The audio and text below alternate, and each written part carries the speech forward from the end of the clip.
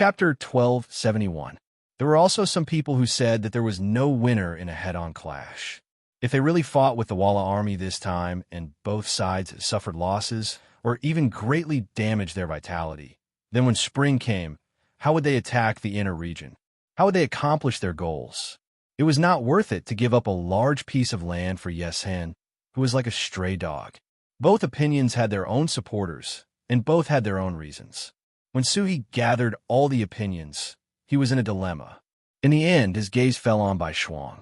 After this battle, this person would take up the position of commander. He was in existence on the same level as him, so it was not shameful to listen to his opinion. Of course, Suhi knew whether or not he was using Bai Shuang's name in private. This person was Yang Chendong's student. Even if his decision was wrong, Yang Chendong would not blame him too heavily. So he did not have to be careful. As Yangxie's territory grew larger and larger, the five-star army became more and more powerful, and Yang Chendong's position became more and more noble. Anyone who faced him had to be careful. This was the aura of a superior. Bai Shuang did not think too much about it. Perhaps it was because of his status that he did not need to worry about these things. He had other thoughts in his mind. Even if Suhi did not ask him, he would have said it himself. He took this opportunity to say, "This general has a few opinions. Right now, the war has just begun, and no one can predict what will happen next. Why don't we prepare for both sides?" Prepare for both sides? Hearing Bai Shuang's words, everyone looked at him with confusion. Yes, prepare for both sides. Bai Shuang said with certainty, "First, we naturally plan to destroy the Walla's main force, or even capture or kill Yes-Hen. We still have to do the necessary charge and support. The foreign race's first army will still be blocked. If we can heavily injure them and find an opportunity, we will move out with our entire army and crush them.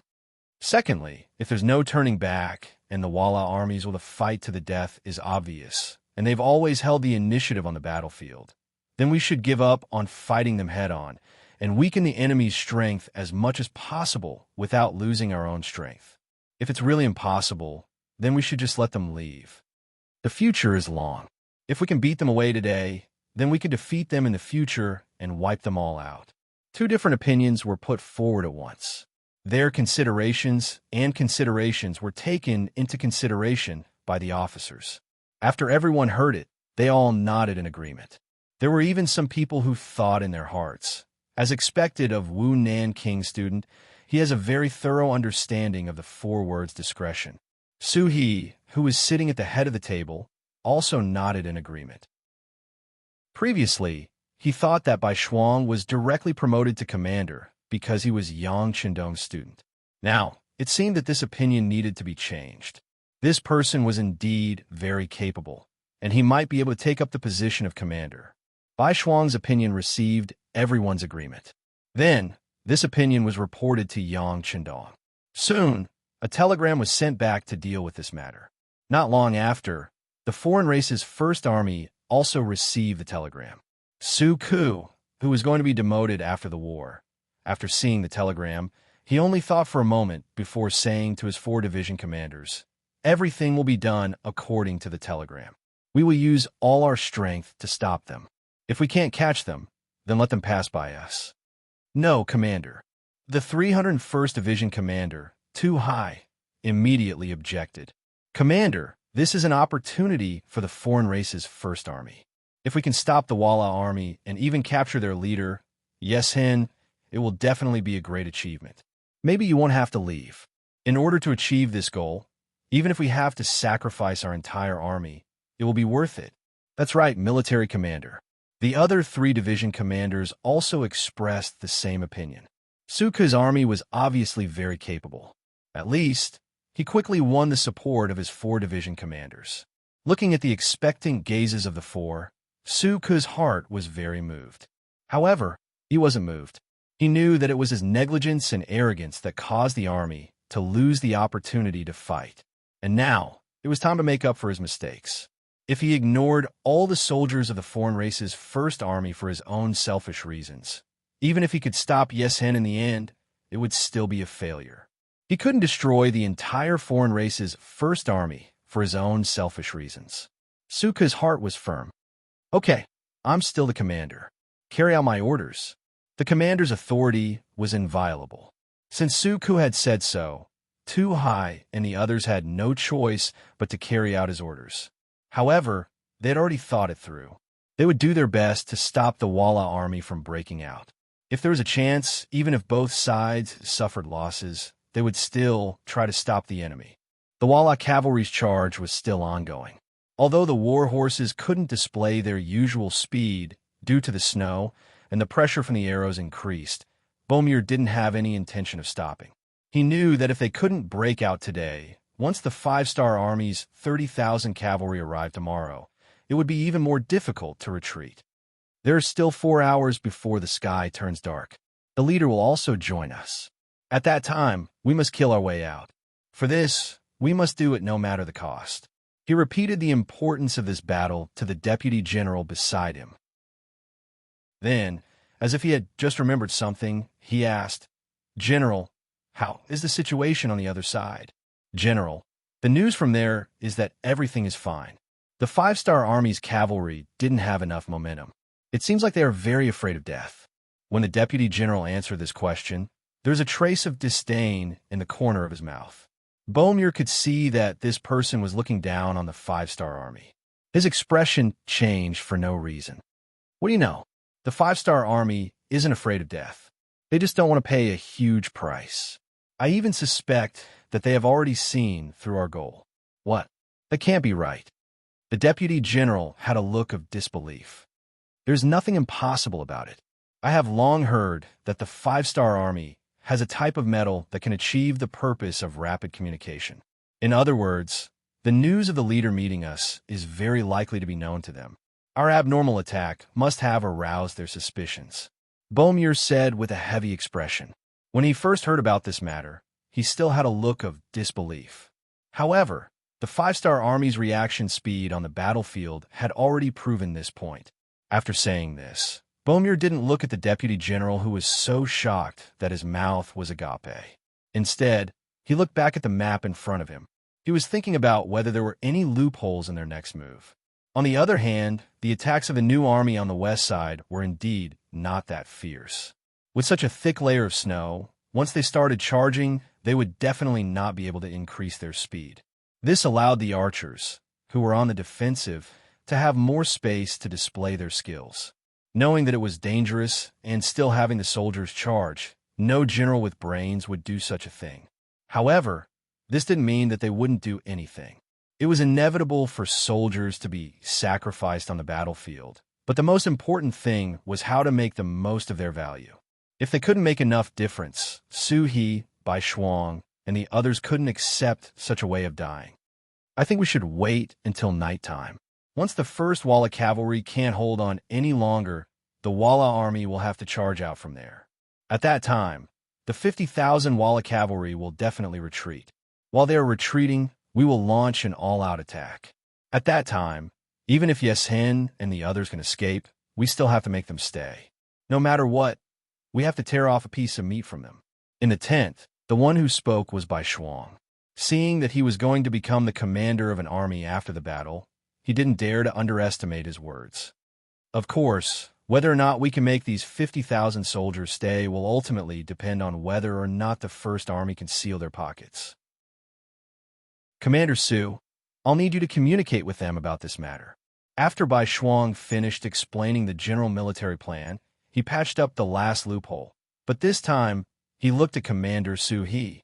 Although Bai Shuang could communicate with the First Army of the alien race directly with his current status, because of what happened before, he was likely to take up a new position.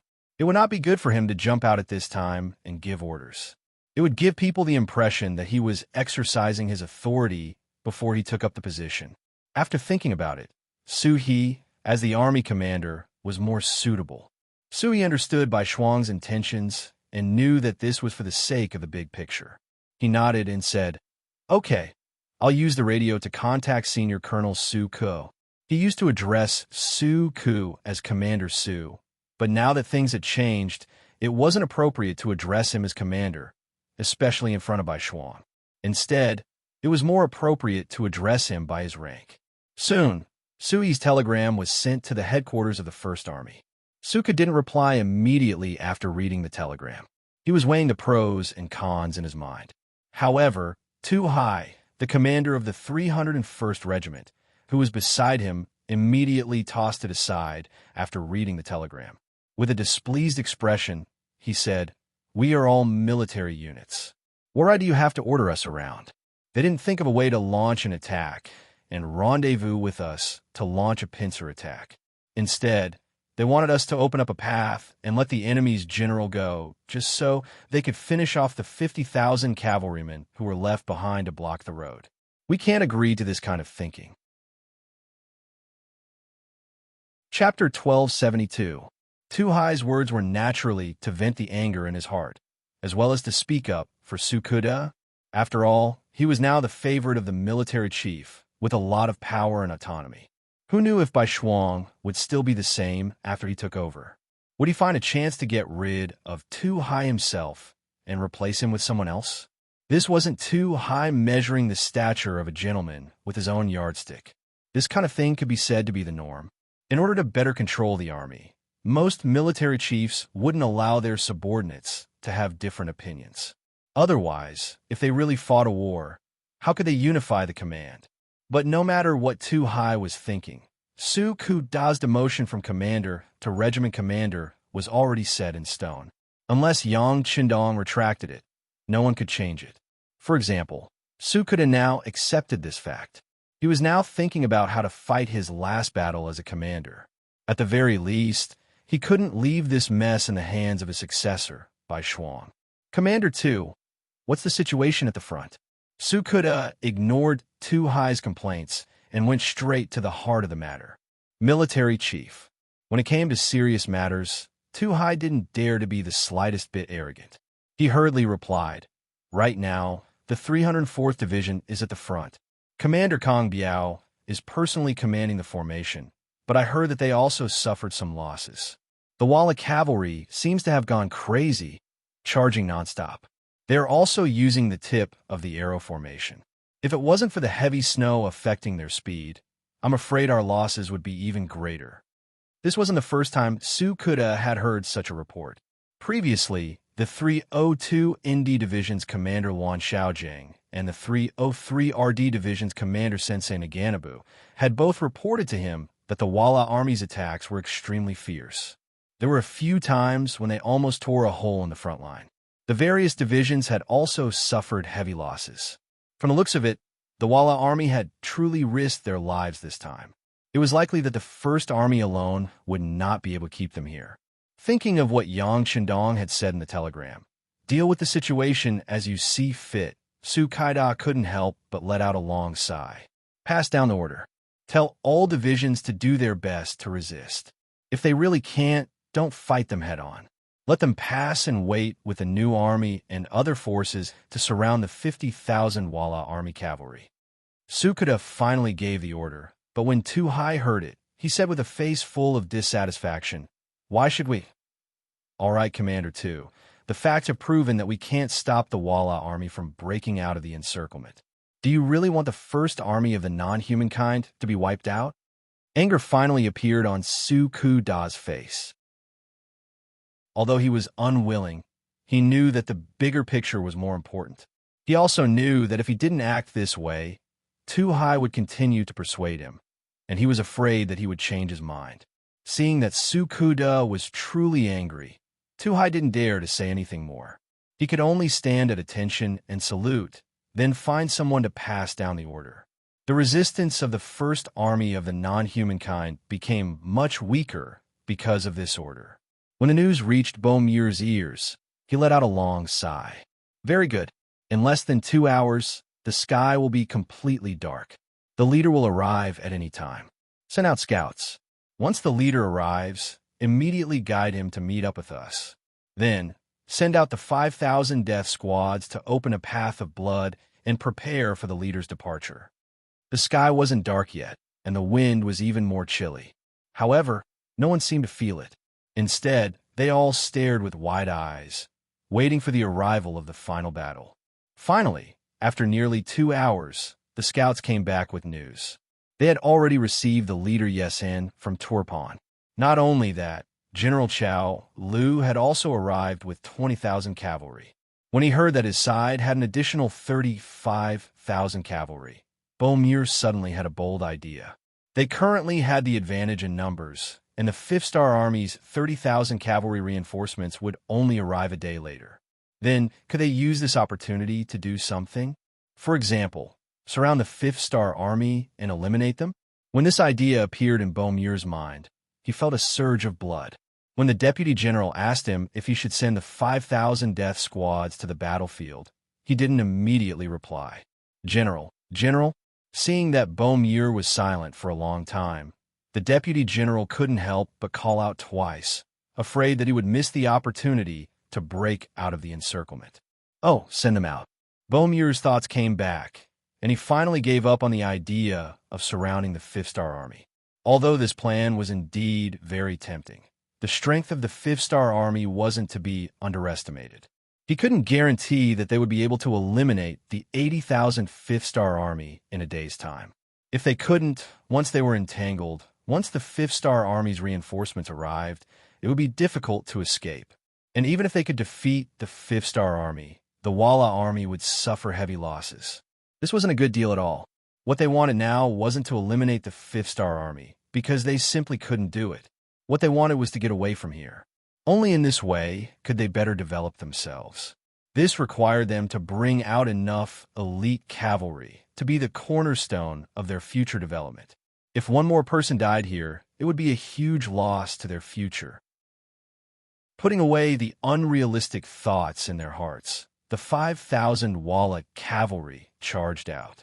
They all had the thought of death on their faces as they rode forward with difficulty in the dark night. From time to time, they would wave their swords to block the incoming arrows. Although their speed wasn't fast and they suffered heavy losses, no one retreated. The 1st Army of the Outsiders had been fighting for half a day. Seeing another Walla cavalry brigade appear, and not only did they not dodge the arrows, they even dared to shoot back at them. Both sides suffered some losses in a short period of time. They aren't human at all. They aren't afraid of death. Commander Kong Biao of 304 saw the Walla cavalry getting closer and closer and couldn't help but sigh. He had to admit that among the opponents of the 5th Star Army, the Walla cavalry's combat strength had always been superior. Many times, the 5th Star Army had to be very careful when fighting against them. Otherwise, they would likely suffer heavy losses. Come, report the situation to the commander. Seeing that the Walla cavalry was getting closer and closer, the shooting would soon turn into a close combat. Kong Biao quickly ordered people to ask for instructions. Should they really fight with them regardless of the losses, or should they open a path for them to pass through? In just a few minutes, the order was passed down. They opened a path for the Walla cavalry to charge through. Obviously, Sukuda gave up on the idea of both sides suffering heavy losses. He avoided the spearhead and looked for an opportunity to wipe out a portion of the enemy. For some reason, Commander Kong Biao, who received this order, actually felt relieved. He wasn't someone who was afraid of death, but he felt that this kind of fighting method was meaningless. There wouldn't be a true winner in this kind of war, and it would only benefit a third party in the end. The 1st Army of the Foreign Races finally opened a path for the Walla cavalry to pass through. When the news came, Beaumier had just met up with Yesen and the others. He was overjoyed and took advantage of the cover of the night to rush through the opening. During this process, whether it was Yesen or Beaumier, they didn't mention Tai Chin. It was as if they had forgotten about this person and his 50,000 Walla cavalry. Speaking of which, it wasn't that they were careless or that they really forgot. It was because they knew that there would always be someone left behind to deal with the 5-Star Army. If they all wanted to retreat, once the 5-Star Army met up, they would be able to chase after them. This would create more variables for them to escape. As a result, when a large number of cavalrymen escaped through the gap that the 1st Army had purposely opened, General Tikian and his nearly 50,000 cavalrymen became miserable. They became children that no one wanted, lone wolves on the grassland. The Walla Army's main force escaped without notifying Tai Chin.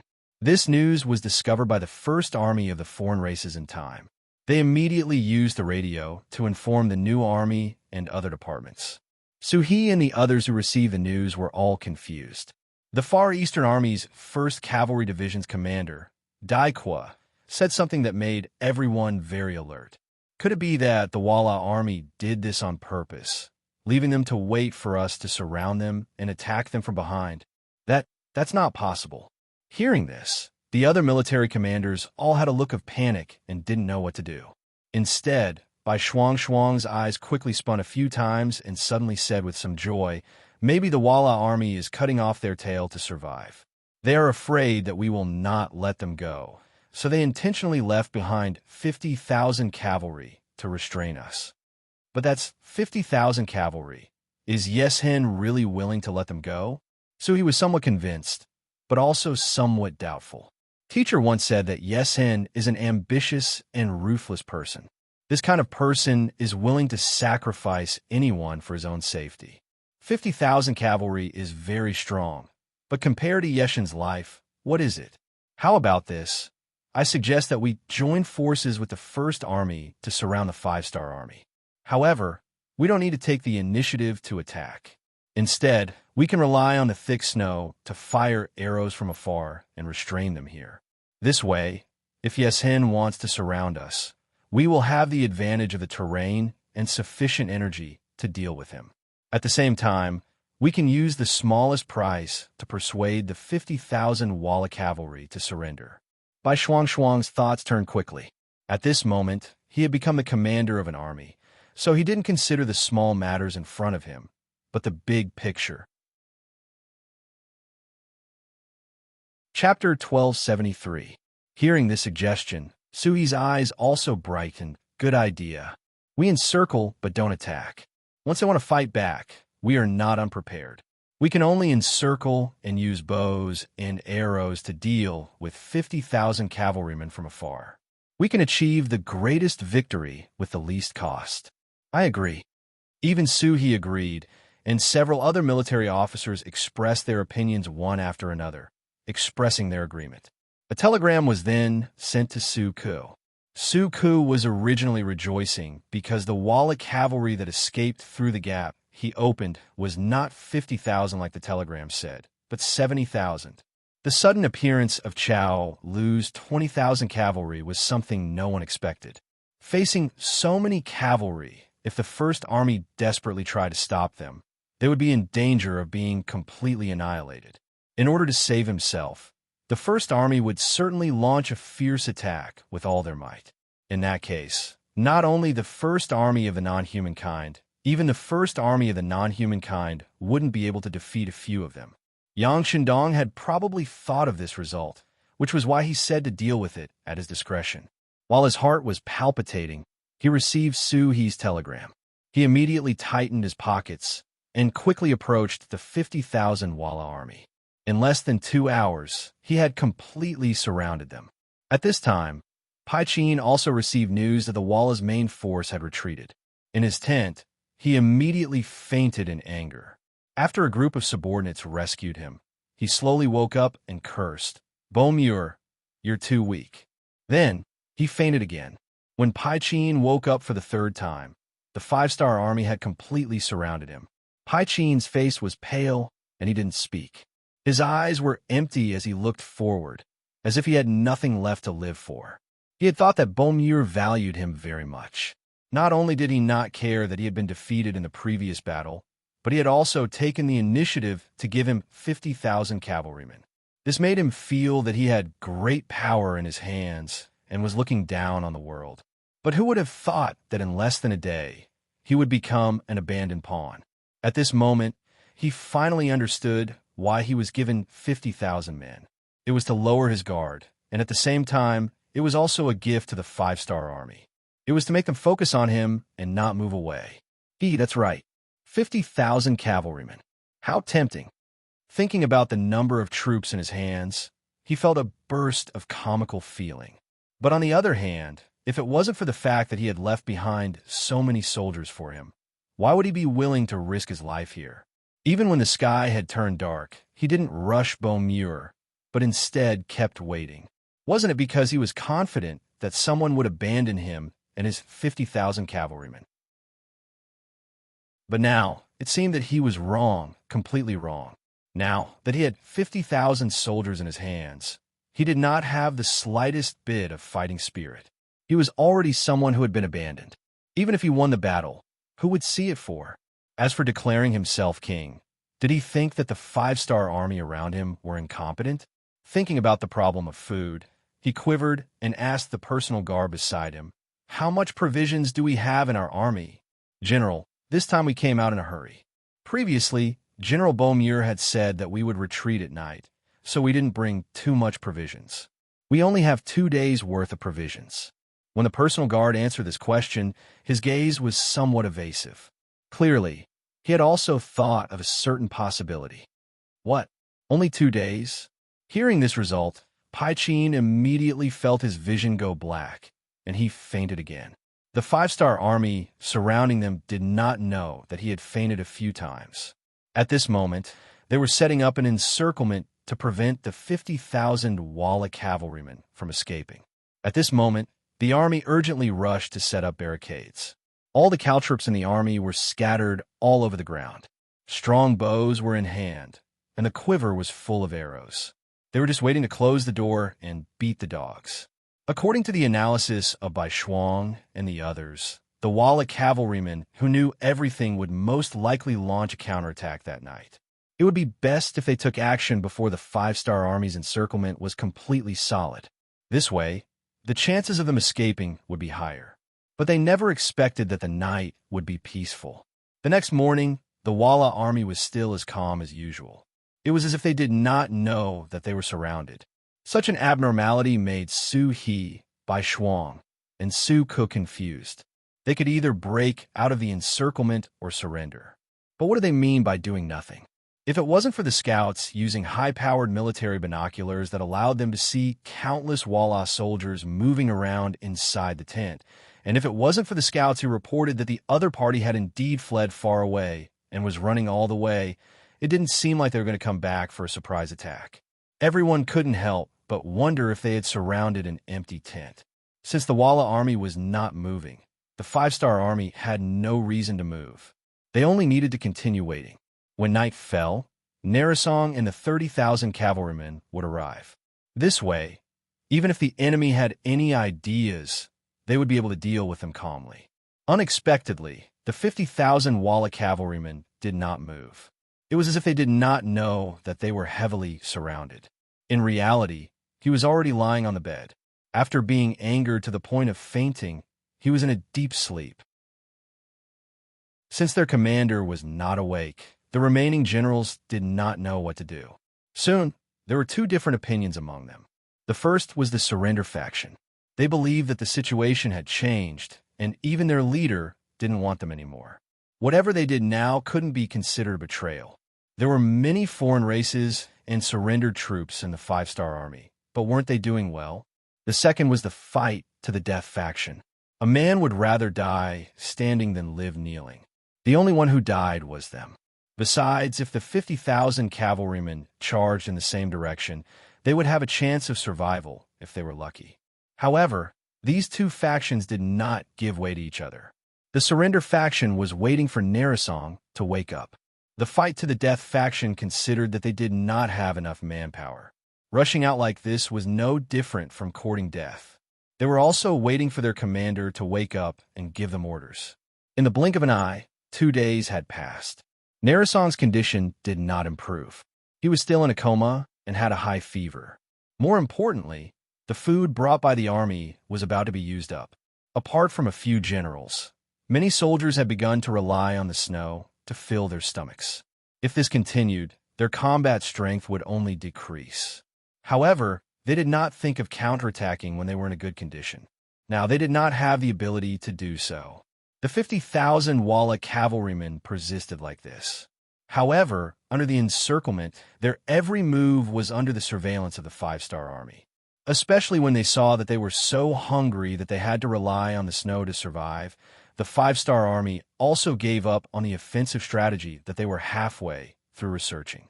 From the looks of it, they could completely trap the enemy. Since that was the case, why bother to attack?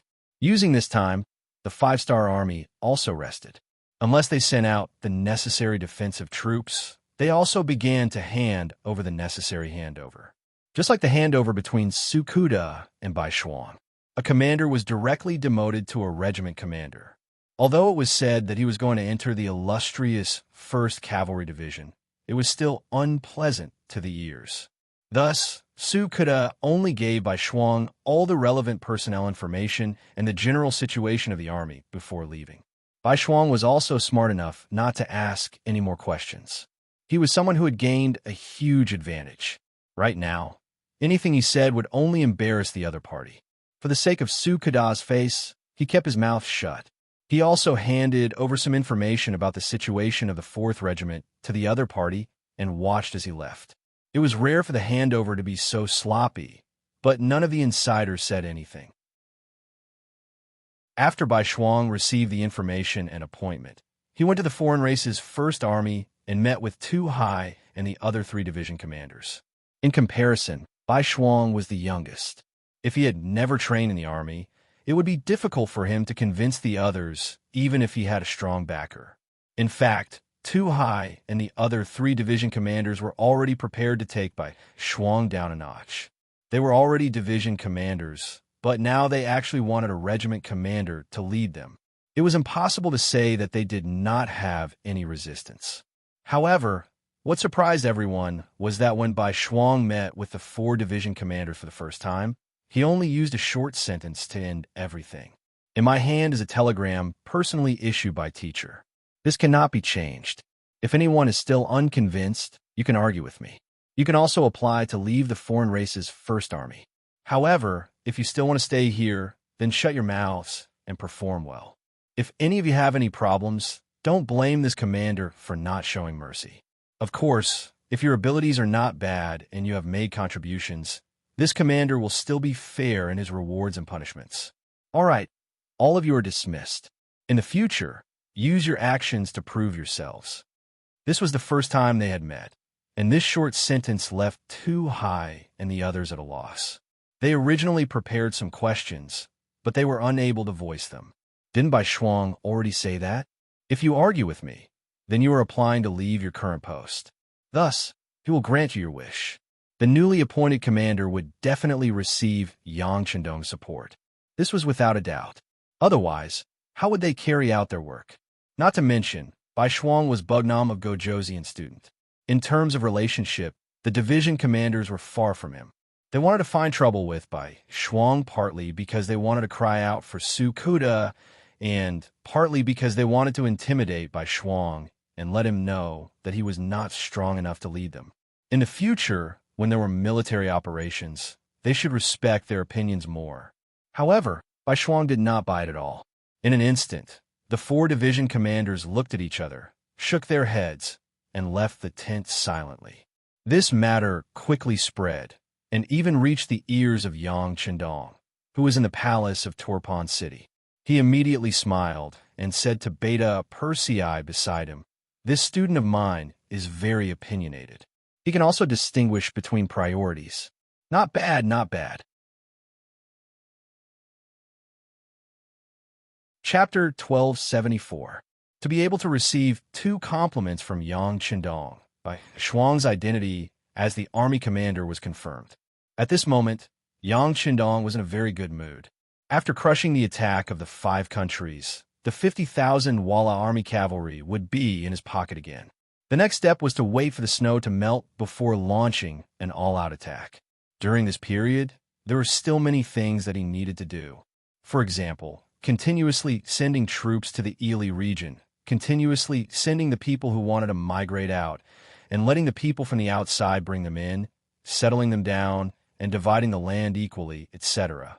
Considering that there were many things to do, and that the war would start again after the spring, he had to stay here to set up the formation. Yang Chendong did not plan to return to Chichen City. This time, he had to be separated from his wife and children again. Chichen City. Long residence. The chief of public security, Long Tainan, was drawing Yang Duo's eyebrows in his bedroom. No one would have thought that the dignified Chief Long, who could make criminals tremble in fear, had such a gentle side. A man drawing a woman's eyebrows. This was a sign of the love between husband and wife. See Zhang Chong drawing eyebrows. Zhang Chong was from Pingyang during the Han Dynasty. During the Xian Emperor, he was the governor of the capital. Zhang Chong drawing eyebrows for his wife. In the past, it was said that husband and wife had a good relationship. Later generations combined the story of Zhang Chong drawing eyebrows, Han Shou stealing a woman, Xiang Ru stealing a jade, and Xin Yu's thin waist into the four great romantic affairs of the ancient times. Yang Duo, who was middle-aged but still had a beautiful face, was also enjoying this feeling at this moment. From time to time, her eyes would meet with Long Tianan's, and then she would smile. In an instant, the temperature of the entire room seemed to rise a lot. Okay, done. After finishing the last stroke, Long Tainan, who was bending over, laughed. Looking carefully in the mirror, Yang Duo's face showed a satisfied expression. Not bad. My husband's skills have improved again. That's true. Who asked me to have a lovely wife? Long Tainan laughed heartily after being praised. He was obviously very satisfied with this praise. In response, Yang Duo threw a smug expression, but in her heart, she was happy. Long Tainan was not her first wife, and she had a past that she could not bear to look back on. She originally thought that this was the end of her life, but she never thought that she would be able to have a second spring. Moreover, the relationship between the two of them was really good. They loved and respected each other, which made her very satisfied. It was because of this satisfaction, Yang Duo was willing to do anything for Long Tainan. Just like how she had sent a telegram to Hu Meng, the commander of the new army in the first city, for the sake of Ai Hui. She didn't know if it was appropriate, but she had done it out of love. Now that she thought about it, she had to inform Long Tainan. Otherwise, who knew if it would cause any misunderstandings? Husband, I sent a telegram to Commander Hu Meng yesterday. Oh, what? Long Tainan, who was washing his hands after putting down his brush, did not hear clearly at first. He thought that it was just a normal matter, but then he reacted. His hands that were reaching into the basin could not help but pause, and his entire body also froze. Yang Duo, who had been paying attention to Long Tainan, noticed this change. A look of heartache flashed in her eyes, and then she said, I recommended Director Qin to Commander Tiger Mane. When the content was said, Long Tainan had already turned around. With a trace of nervousness on his face, he said, Madam, how can you send such a telegram? Why can't he? What's this? Director Qin is a talent to begin with. Didn't my husband say more than once that once he wants to lead troops in a battle, he is also qualified to be a military commander? And I also know that you went to City Lord Yu Qian and Deputy Commander Lung Song of the Army Headquarters because of this matter. I saw that you were anxious, so I wanted to help you. Yang Duo naturally knew what Long Tainan was going to say. It was nothing more than that. It was best for women not to get involved in this matter, especially Yang Duo, who was Yang Chendong's seventh sister. Sometimes, she had to pay special attention to what she said or even what she expressed. How could Yang Duo not know this? A woman's virtue was to have no talent. Wasn't this a sentence that those scholars often said? However, she also knew that they were in Yang Xie's world now. Yang Chendong had said that men and women were equal. Since they were equal, why couldn't she do what men did? More importantly, she saw that Long Tainan had been busy because of this matter. She really wanted to help. After thinking about it, she simply sent a telegram to Commander Tiger's Mane in her own name. Of course, Yang Duo wasn't someone who didn't know the importance of things, especially now that Yang Xie's territory was getting bigger and bigger. As Yang Chendong's seventh sister, the weight of her words naturally became heavier and heavier. Therefore, she also specially sent a telegram to Yang Chendong, directly removing Long Tainan from the list. She only said that Qin Feng was a good person and a good seedling to be a general. She recommended him out of fairness. Yang Duo only knew that her husband was anxious because of this matter. As for what would happen after these two telegrams were sent, she didn't care. This was the willfulness of women. It was also the willfulness of Yang Chendong's sister. It must be known that even Yang Qindong's wives wouldn't speak about the appointment of a general because this involved a matter of principle, and that was that the harem couldn't interfere with politics. Yang Duo was Yang Qindong's sister. She wouldn't care about such things. She just did what she thought. What could she do? Long Tainan was a little speechless by Yang Duo's words. After his expression changed again and again, he finally returned to his previous gentle state and said, "Well, since the telegram has already been sent, then it's too late to say anything. It's just that Qin Feng is really a talent. Yes, this is a recommendation. Six brothers should thank me." Yang Duo raised her head proudly and looked as if she was doing this for the public. Long Tainan saw this and could only bitterly smile. He knew that Yang Duo was helping him. How could he refute it? Besides, he was also wholeheartedly dedicated to the public. He was really recommending talents. At least as far as he knew, none of the candidates recommended by the military in the city lord's mansion could compare to Qin Feng. Qin Feng, the head of the operations department of the Ministry of Public Security, was a person with great power in the Ministry of Public Security. At the same time, he was also a young talent that Long Tainan appreciated very much. Despite the great migration, the proportion of natives in the land was very small. However, there were still some people who were unwilling to let the country die and did some small things in private. It was just that because the number of people was limited and the scale wasn't very large, it was naturally not good to send a nearby garrison to deal with this kind of movement. Therefore, this kind of thing was put on the Ministry of Public Security. This made them have an extra unit of the operations department in order to deal with these people who were always restless and would even use weapons to resist Yang Xie's forces. When it was first established, Long Tainan suppressed all the opposing opinions and entrusted Qin Feng, who was only 24 years old, with the heavy responsibility of becoming the head of the operations department. According to the military rank, he was directly given the rank of colonel. Facts also prove that this person didn't disappoint Long Tianan's expectations. In the past 2 years, dozens of big and small attacks eliminated many opposing forces under Yang Xie's forces, giving the people a stable society and space for development. For this, Qin Feng himself also made a lot of contributions and finally received the rank of colonel. This made him in the limelight in the Ministry of Public Security for a while, and he almost reached the height of Long Tainan, the chief. However, he was only less than 20 years old. With this kind of contribution, he couldn't be promoted in the Ministry of Public Security anymore. He couldn't give the position of chief to him.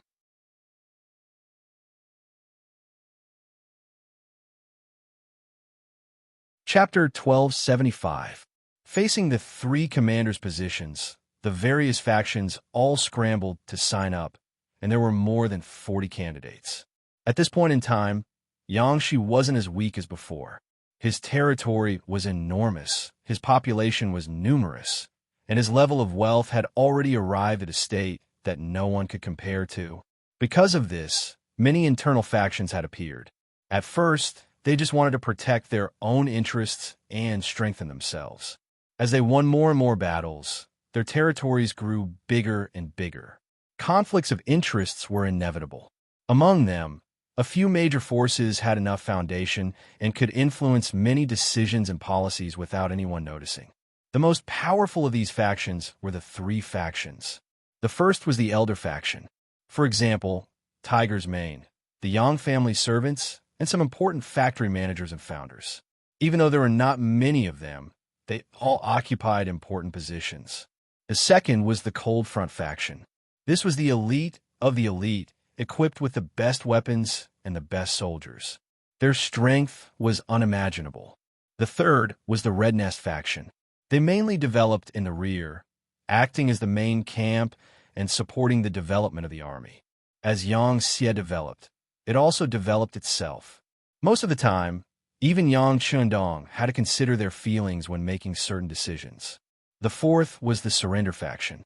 There were all kinds of talents among them, but it was undeniable that they had all joined the Yang faction from other factions for various reasons.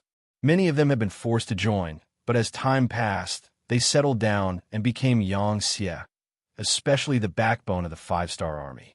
There were actually differences among the four major factions. For example, The Crimson faction was also divided into the local faction, the old people in Crimson City, the Great Ming faction, the talents from Northern Ming and Southern Ming, and the foreign faction, the talents from outside Crimson City and Great Ming, who came to Crimson City to develop. Apart from this, there were also some smaller factions, such as the Grassland faction, the Vietnamese faction, the Laotian faction, the Korean faction, and so on. It could be imagined that in the future, there would be the Japanese faction, the Ely faction, and many other factions. Yang Qindong was naturally aware of this, but in order to maintain a balanced relationship, he would not interfere unless it was too strong and threatened him. Where there were people, there would be Jianghu. Where there were benefits, there would be conflicts. This was something that no one could avoid. And with these relationships, it was impossible to be on good terms with all of them, but generally speaking, he had to get along with them. Just this time alone, almost all the major and minor factions had been mobilized for the position of the 3 army commanders. As long as there were such talents, they would constantly recommend them. Those who didn't have such talents were also recommended by the other faculties. They agreed to share the benefits. As the commander of an army, how much influence would he have if he obtained this position? How many officer positions would he be able to arrange?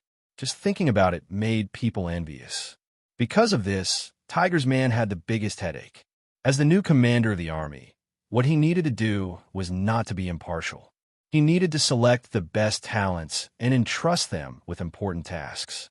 He also needed to balance the relationships between all parties. At the very least, he could not allow people to criticize him for any major problems. For a moment, he had a headache, but things had to be done. Soon, 2 candidates were submitted. After the review, they were basically approved. They were only waiting for the final order from the Army headquarters. They were the 101st Army's commander, Lu Zhua, and the 102nd Army's commander, Kalu. Regardless of whether it was in terms of experience or ability, it was obvious to all. If they were promoted, no one would be able to say anything. But no one would have thought that such a problem would still occur. Division Commander Kalu was implicated by the new Army's commander, Su He. He was given a warning and could not be promoted for half a year. This meant that he would miss this good opportunity. With one less competitor, Tiger's man said that he had one more choice. At this moment, Yang Duo's telegram was delivered to his desk. When this telegram was delivered, there was an attachment. It said that the same telegram was also delivered to Yang Qindong. Tiger's man could not ignore this. Who was Yang Duo? She was the young master's sister. As a servant of the Yang family, she was his master. At the same time, Yang Duo was also the only person from the Yang family that the young master brought to Chichin City. Just based on this relationship, Tiger's man could not ignore it. Not to mention, the matter had already been reported to Yang Qindong. He did not dare to be careless. I have an impression of this Qin Feng. He was the candidate recommended by the Ministry of Public Security. We have also investigated him. He is quite capable, but he is too young. He is not even 27 years old. Tiger's man looked at the telegram and looked at Qin Feng's name. He could not help but say, of course, he was not talking to himself. He was talking to Yang Si. They were both servants of the Yang family. Their relationship could not be compared to that of ordinary people. In particular, Yang Si was now the commander of the logistics department. In terms of power and the number of management personnel, he was no less than the commander of the first group. Regarding the important matter of selecting a commander, he called Yang Si over to discuss it. Yang Si did not speak at the moment. Instead, he held his chin and looked at Tiger's man as if he was looking at a rare animal. This kind of gaze had a hint of scrutiny, which immediately made the latter raise his eyebrows.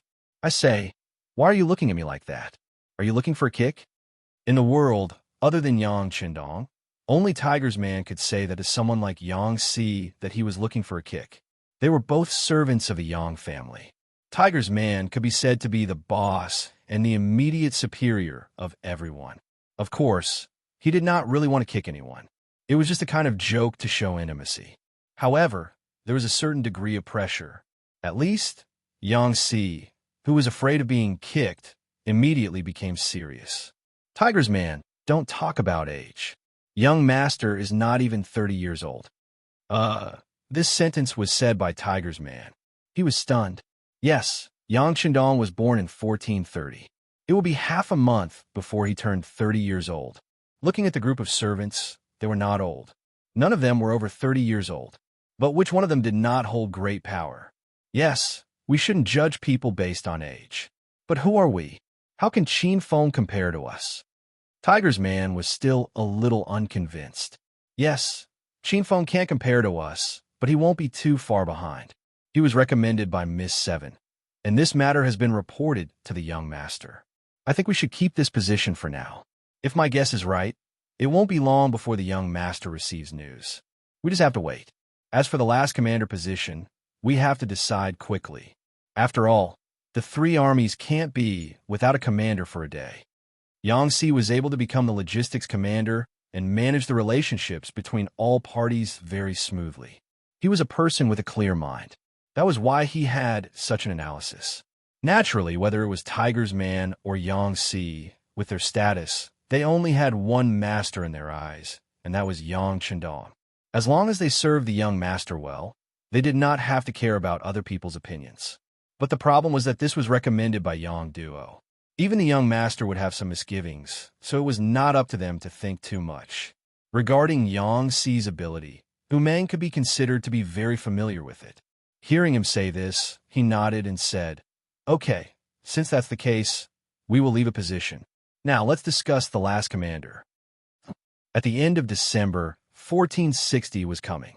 It was only a few days before the five-star army, and good news came one after another. First, the heavily surrounded 50,000 Walla cavalry finally chose to surrender. Their commander, Taiyin, also died of a serious illness due to his poor health. In the end, his subordinates chose to surrender to the five-star army. To be able to become Walla's elite cavalry, their strength was very good.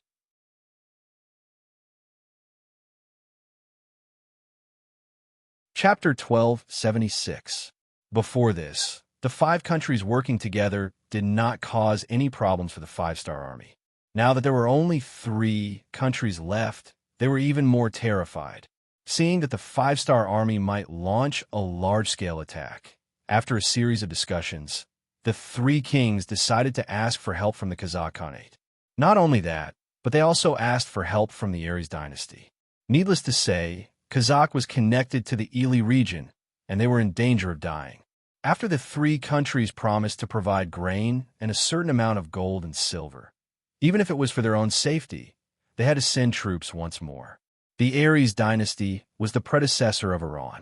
Under the leadership of Wuzong Hasan, they had just defeated the Black Goat dynasty.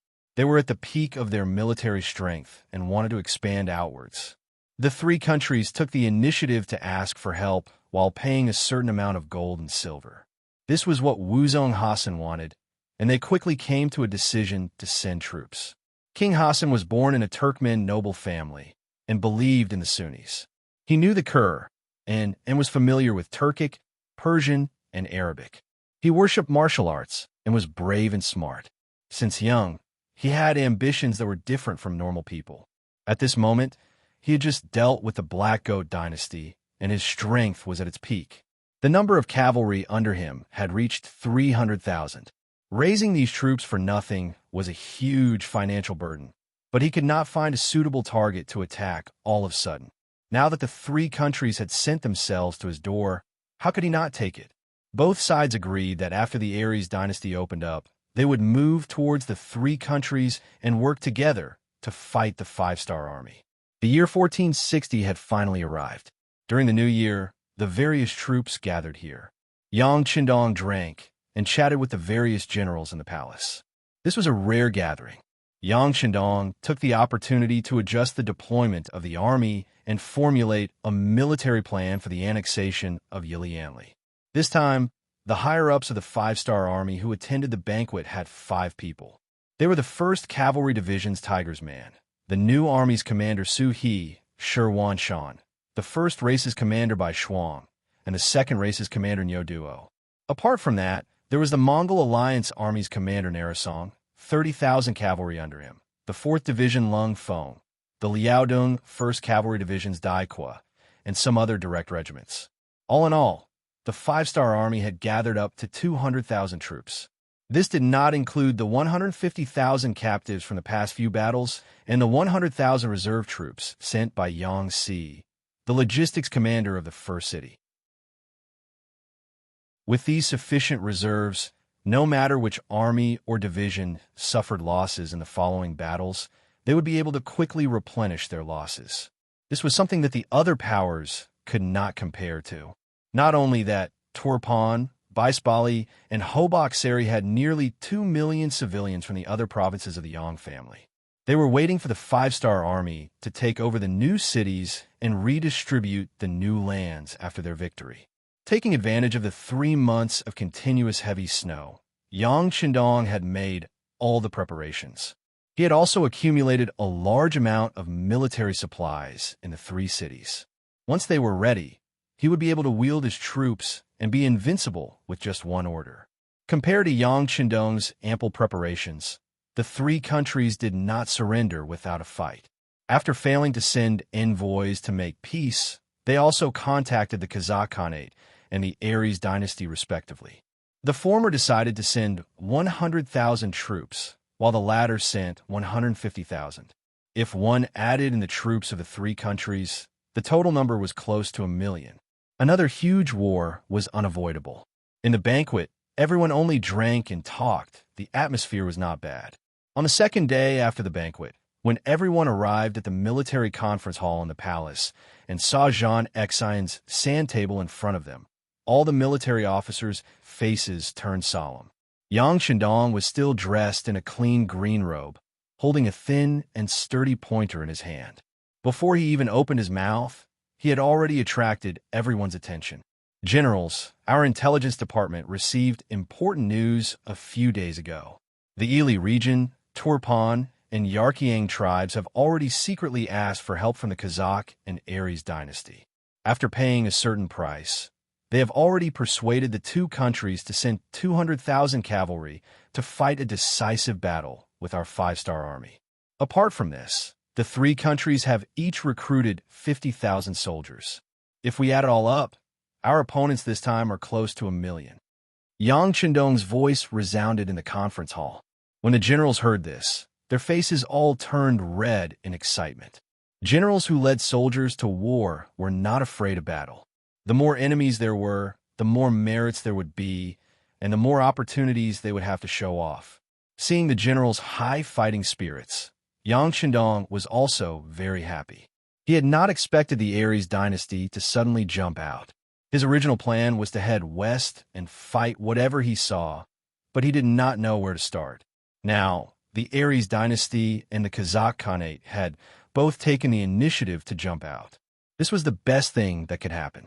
Yang Qindong was very satisfied with the general's fighting spirit and morale. He raised the pointer in his hand, and the conference hall immediately became quiet again.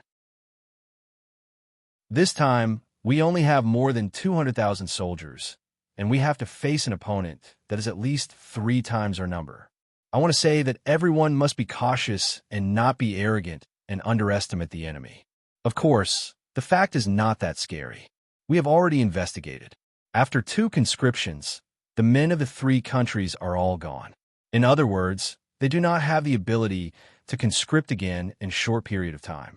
However, we are different. We have a solid rear. For now, we have more than 200,000 reserve troops.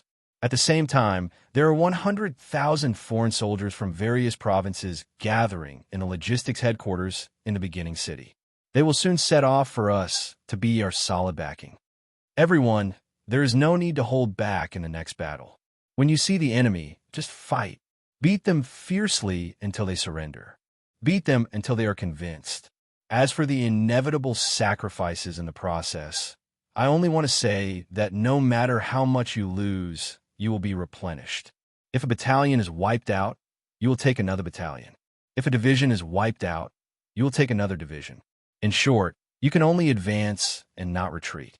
Those who do not listen to military orders and are afraid of the enemy will be dealt with according to military law. Do you understand? Yang Qindong's face was serious, and his eyes flashed with a cold light. The generals of the five-star army were all veterans. They should not be afraid of the enemy, but they still had to be clear about the rules. Therefore, when Yang Qindong's cold eyes swept across the crowd, everyone raised their heads, puffed out their chests, and answered loudly, "Understood." Very good. The new army will be the vanguard in the middle. The new five-star army will be the left vanguard. The first outsider army will be the right vanguard, and your third army will be the vanguard. After the battle begins, all of you will be the vanguard. If you see a city, you can go around it and leave it for the middle army to deal with. In short, charge into the enemy's forces as fast as you can and turn them upside down. Lung Feng's 4th Division, the 1st Cavalry Division, the Mongol Alliance Army, and Liao Dong's 1st Division, Daithkwa, will be in the middle army with me. While supporting the vanguard, you will be in charge of attacking the enemy's cities. The 2nd Outsider Army will be in charge of logistics and backup, and be ready to join the battle at any moment. Orders after orders came out of his mouth. All the generals who were called out stood up straight and answered. The entire meeting room was filled with a sense of nervousness and majesty before a huge battle. 3. Eastern Province. This was a huge province that had just been established half a year ago. It was responsible for protecting Liaodong, developing agriculture and logistics. As the great general, Yi Ligong had a heavy responsibility. In just half a year, he had clashed with the Baiming army in the Liaodong region more than 10 times. He had suppressed them to the south of the logistics line and ensured that the five-star army had enough supplies. As a surrendered general, Yi Ligong was entrusted with a heavy responsibility. After obtaining sufficient military and financial power, he also fully demonstrated his talent.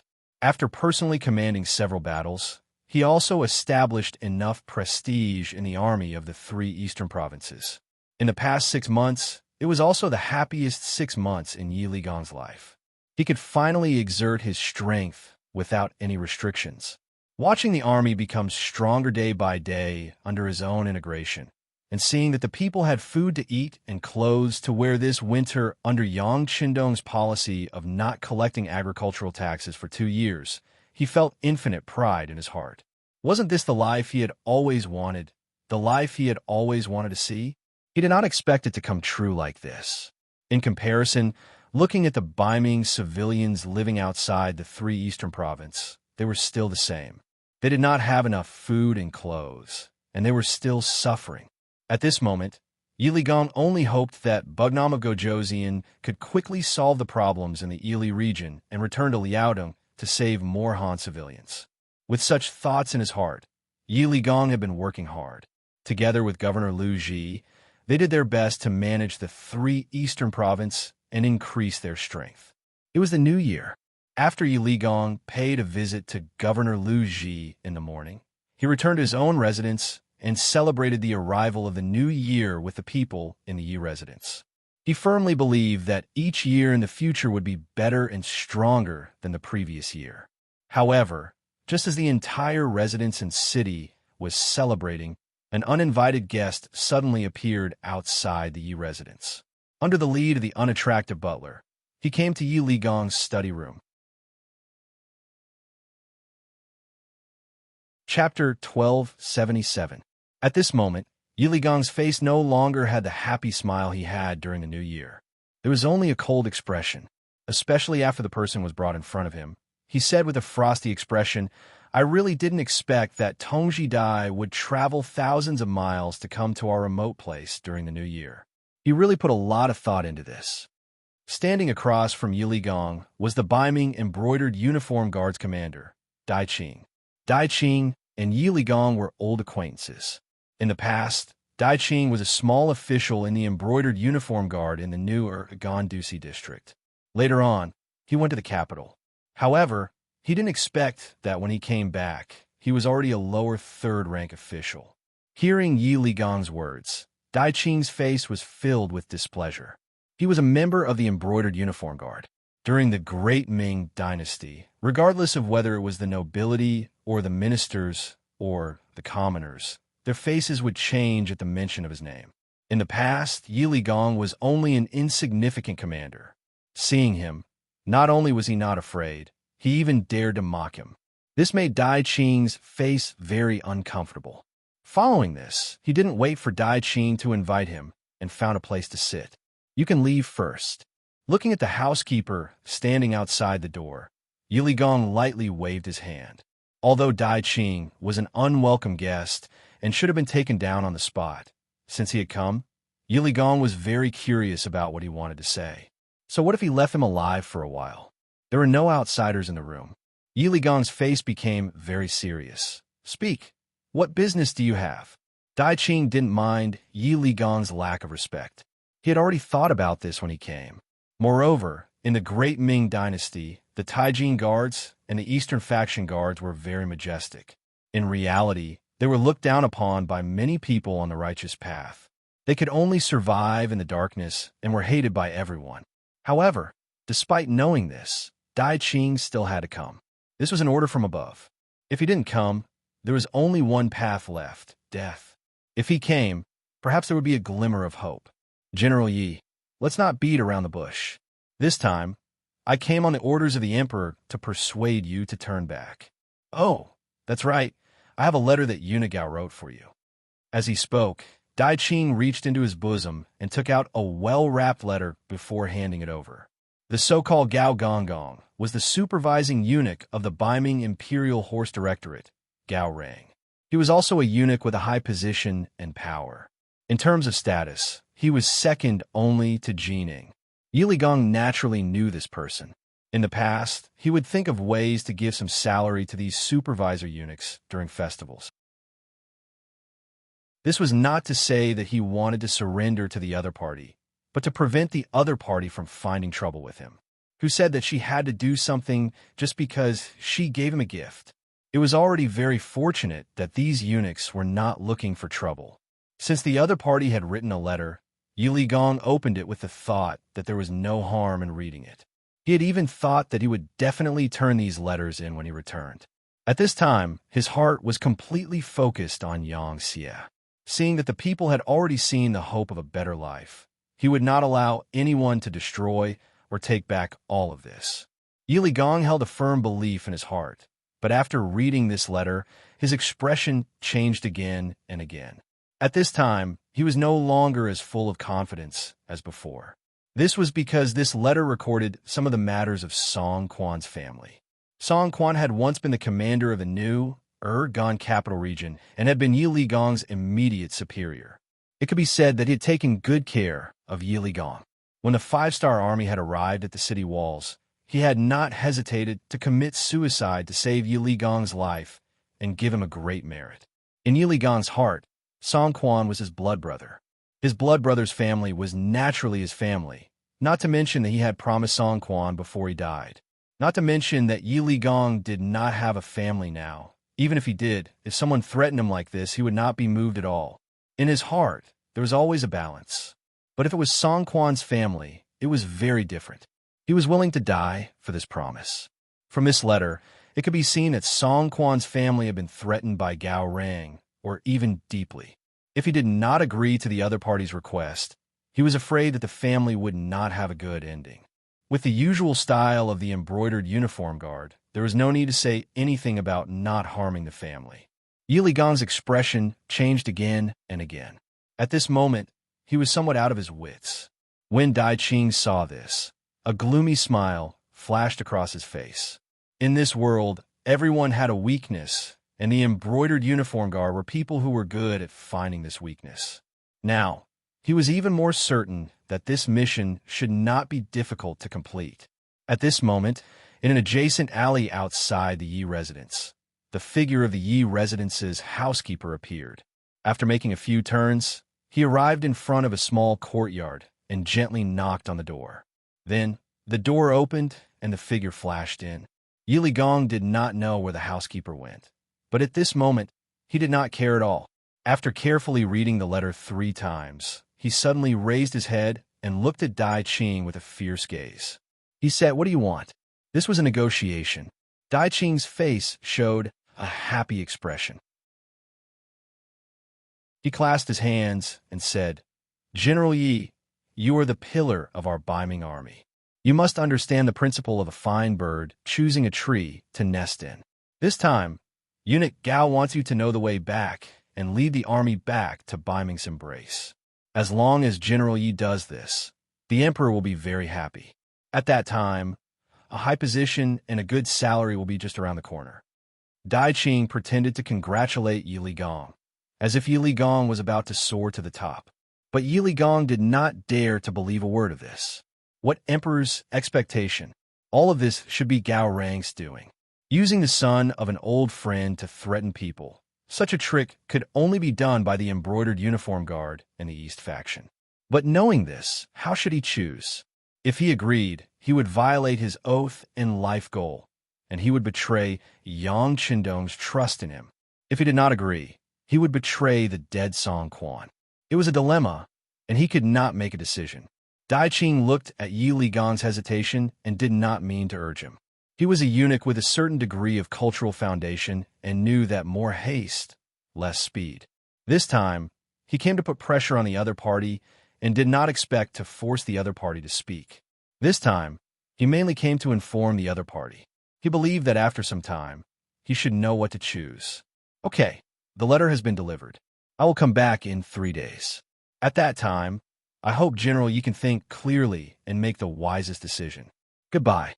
Dai Qing also knew that this was the territory of the 5-star army. It would be inconvenient for him to stay here for a long time. He did not wait for Yi Ligong to speak and turned to leave after saying this. Just like when he came, Dai Qing deliberately wore a cotton hat. It was a common thing to wear in the cold 3 northeastern provinces, but it could better cover his face. When he walked out of the Yi mansion, he intentionally looked left and right. When he did not find anything out of the ordinary, he walked away with large strides. To be able to become a member of the embroidered uniform guard, he had undergone a certain amount of harsh training. To be able to become a lower 3rd rank official, like the commander, Dai Qing's skills were not bad. However, what he didn't know was that there was always someone stronger. In terms of skills, the people of the 5-star Army's intelligence bureau were not much worse than him. Especially the people of the action team, their abilities were not weak.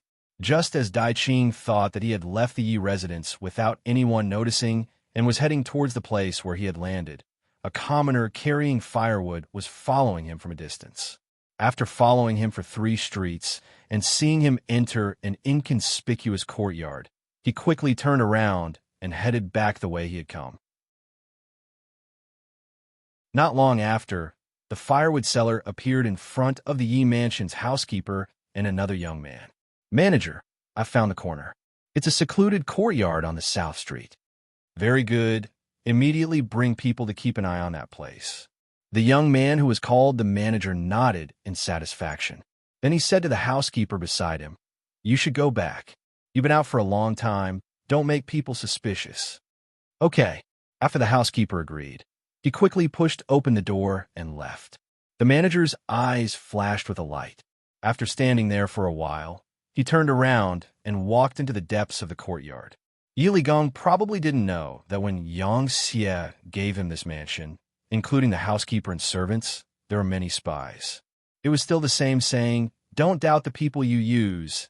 Even if you suspect them, use them. Originally, Yi Ligong didn't have a family. His parents and brothers were no longer around. For such a person, how could he not take any precautions when he could use him? Not only was he prepared, but the Yangxie Security Bureau's stronghold in the 3 eastern provinces was near the Yi mansion to prevent any accidents. Unexpectedly, there was actually someone who came to find Yi Ligong. Although the housekeeper didn't know the identity of the other party, the words Dai Tongji already exposed a lot of problems. At the very least, this person wasn't a Yangxie person. From his official position, it was very likely that he was a Baiming official. The manager's surname was Ning, and his name was Gang. As the highest-level existence of the Security Bureau in the 3 eastern provinces, his main purpose was to find out some military information about the Baiming army and to become enemies with the brocade gown guards. Yang Qindong had never been careless about the brocade gown guards. To be able to become such a notorious existence, whether it was in history or movies, was enough to prove their influence and destructive power. It was because of this that Yang Qindong had long ago entrusted the Wolf Fong Special Forces to send instructors to the Security Bureau and the CIA. A real intelligence officer should be proficient in both the pen and the sword. Especially as Yang Xie's territory grew bigger and bigger, there were likely to be more and more tricks in the dark. He had to be prepared. Chapter 1278. Money and manpower were Yang Qindong's biggest advantages. Whether it was the Security Bureau or the CIA, they had developed strongly over the years, and many outstanding talents had emerged. Ning Gang was one of them. He graduated with excellent results in the graduation examination and stayed with Director Yang San for half a year. After his vision and thinking had been greatly improved, he was finally demoted and became the intelligence director of the Security Bureau in the 3 eastern provinces. Previously, he had sent people to obtain some military information about the Baiming army through various means. Once, he was even praised by the higher-ups. However, he had never fought with his old rival, the brocade gown guards. So, many of the things he learned could not be used. Now that they had finally appeared, Ning Gang was very excited. Ning Gang, who had studied systematically, knew that it was often times like this that he had to remain calm. When he thought of Director Yang San's calm choices in the face of various situations, he forcibly suppressed the urge to arrest them. The founder of the Security Bureau was, without a doubt, Yang Qindong. He had performed many similar tasks in his life and was familiar with this aspect. He selected some selected training, improved it, and handed it over to Tiger's Man. Later, Yang Qindong was promoted by the deputy director and learned a lot from Yang Qindong. It could be said that he had completely inherited the mantle. As one of the students that Yang San was very satisfied with, Ning Gang naturally would not be too bad. He knew that the Brocade Gown Guards was a powerful organization. Once they appeared, they would not be alone. In order to complete the task, they often did not even form a team. Usually, they would have a backup plan. His task was to find out all the members of the Brocade Gown Guards that had appeared. He absolutely could not leave a little bit of trouble behind. If they wanted to do this, they would have to rely on Dai Tongji. At this time, Dai Qing did not know that he was being watched. In the past, he had also come to the Liaodong region for missions and secretly dealt with some disobedient officials. There had never been any problems. Now, these people only had a change of master, but the place had not changed. What was there to be afraid of? Without the slightest precaution, Dai Qing only made a few necessary anti-tracking actions. After finding nothing unusual, he returned to his temporary residence and met the 6 brothers who stayed here. "Sir, you're back. Did everything go well?" Seeing Dai Qing return, a man about 25 or 26 years old with long eyebrows like willows and a jade-like body quickly came up to greet him. This person's surname was Yao, and his given name was Shi. He was the person that Dai Qing valued the most. No matter where he went, Dai Qing would bring him along. However, very few people knew that although Dai Qing looked very masculine, he had different preferences from others. This Yao Shi was the person he liked the most. There were many things that he would not tell others, but he would never hide them from Yao Shi. Therefore, he was the only one among the 6 who knew the rough details of the mission. As soon as he saw Yao Shi, Dai Qing's heart skipped a beat. Since he was in a good mood, he naturally spoke more casually. "I've talked to him. There shouldn't be any problems. However, we still need to make another preparation. If he doesn't agree after 3 days, prepare to kidnap him. It doesn't matter if he's dead or alive. This is the consequence of betraying the Baiming. How about this? Sure, go inform the other team and have them prepare to act at any time." No matter what, Dai Qing was still a commander in the embroidered uniform guard. There were many people with status who knew him. Although he had disguised himself, it would be best if he did not appear in public. It would save him a lot of trouble. This time, if it wasn't to gain Yili Gong's trust, he would not have personally come. However, he would never have thought that he had already been exposed. In his opinion, Yili Gong would definitely not report this matter to the 5-star army for the safety of Song Quan's family. Even if he wanted to report it, it would not be so fast. Therefore, he should be very safe right now. The other operation team had 20 people. They were all highly skilled in martial arts. Once they used force, it would not be a problem for them to kill their way into the Yi residence. However, only Dai Qing and Yao Shi knew about the existence of this small team. It was not convenient for him to appear, so he could only send his confidant. Be careful on the road. This is Bugnam of Gojoseon's territory. Although he did not think there would be any safety issues, Dai Qing still reminded Yao Shi. Yes, Yao Shi agreed with a smile. He then went into the central room and put on a thick coat, wrapping his entire body in it. Seeing that there were no more problems, he left the courtyard under Dai Qing's watchful gaze and headed straight for another settlement. Yao Shi's level was far worse than Dai Qing's. He was only chosen because of his good looks. In terms of professional level, he was too far behind. After he was discharged from the hospital, he only nervously looked around. When he did not see anything special, he went to the location of the other team. Behind him, at least 3 secret agents of the Security Bureau were alternately following him. The sky finally darkened. In the inconspicuous courtyard where Ninggang lived, a large group of agents of the Security Bureau had already gathered. At this time, each of them had their chests puffed out and their eyes shone brightly as they waited for the final order. After an afternoon of investigation, the group of embroidered uniform guards, a total of 27 people in 2 locations, safely fell into Ninggang's line of sight. After repeatedly confirming that the embroidered uniform guards did not have any backup plans, Ninggang decided to make his move. He also wanted to know the purpose of the embroidered uniform guards. Although through ordinary observation, this Yi Gong was still very trustworthy. However, if something were to happen, it would be better to capture him and personally ask him. Teams 1, 2, 3, and 3 are responsible for capturing people. Teams 4, 5, and 6 are responsible for internal security. In the event of an accident, help at any time. Teams 7, 8, and 9 are responsible for the outermost security. Team 10 is responsible for secretly watching. In the event of an accident, immediately contact the 5-star army stationed in the city and seal off the 4 cities. In short, not a single embroidered uniform guard is allowed to escape. Ninggang looked at the 10 operation team captains standing in front of him with a trace of killing intent in his eyes as he spoke. A team of 10 people, a total of 100 operation team members. This was the armed force in Ninggang's hands. Other than that, he also had an intelligence team and a tracking team under him. In the event of a major incident, he also had the authority to mobilize the nearby troops at any time. Ninggang had mobilized all the operation team members just to capture 27 embroidered uniform guards. This was how careful Ninggang was. He deeply remembered what Director Yang Chendong had said before. This was also what Bugnam of Gojoseon and Yang Chendong had taught them. As a qualified intelligence officer, succeeding 99 times was not something to be proud of. This was because as long as you failed once, all your previous efforts would be wasted. Therefore, every mission had to be completed with a 100% commitment. Even a lion would use all its strength to catch a rabbit. Each team received the mission and received the blueprints of the 2 courtyards from the intelligence team.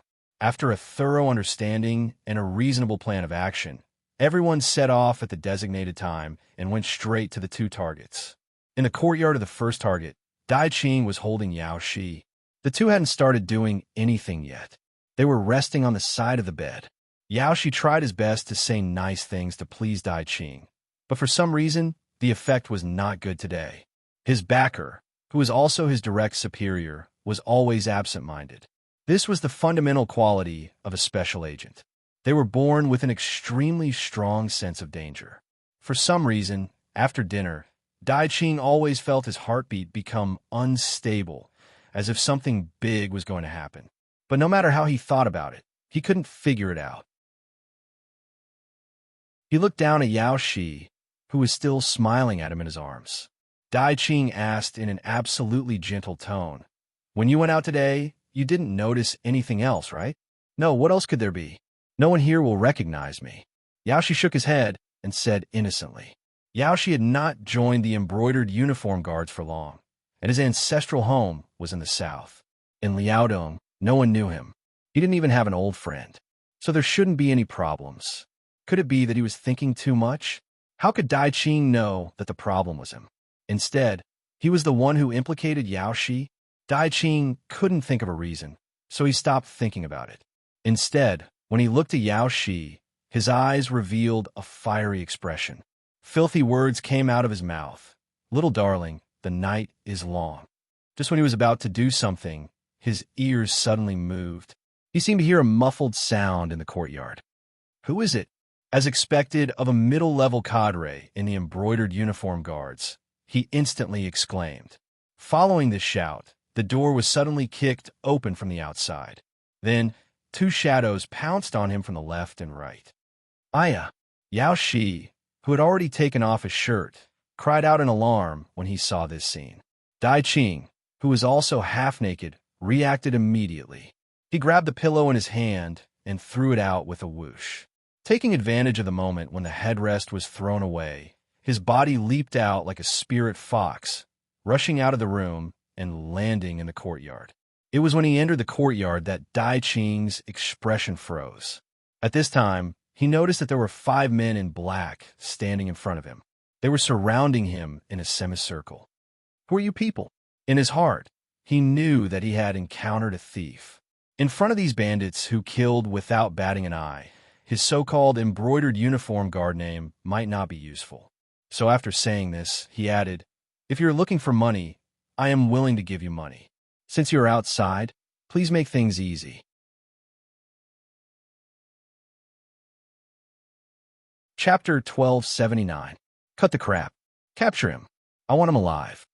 The leader of the 5 people was Ning Gang. He was worried about the situation here, so he personally led the team here. At the same time, this was his first time dealing with the Imperial Secret Service, so he wanted to test the other party's strength.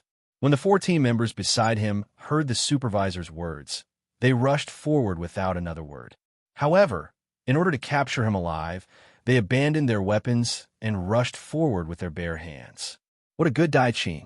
Facing the 4 people rushing at him with a half-naked body, he was fearless.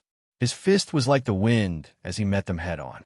With a dull thud, the operation team members staggered back 3 steps, revealing an opening. With one punch, he forced an operation team member to retreat. However, Dai Qing's expression also froze. Although he did not use his full strength in that punch, he still used 70% of it. He originally thought that he would be able to send the person flying, but he only retreated 3 steps. It seemed that the other party did not come with good intentions and was not weak. In a blink of an eye, the other 3 team members rushed forward together.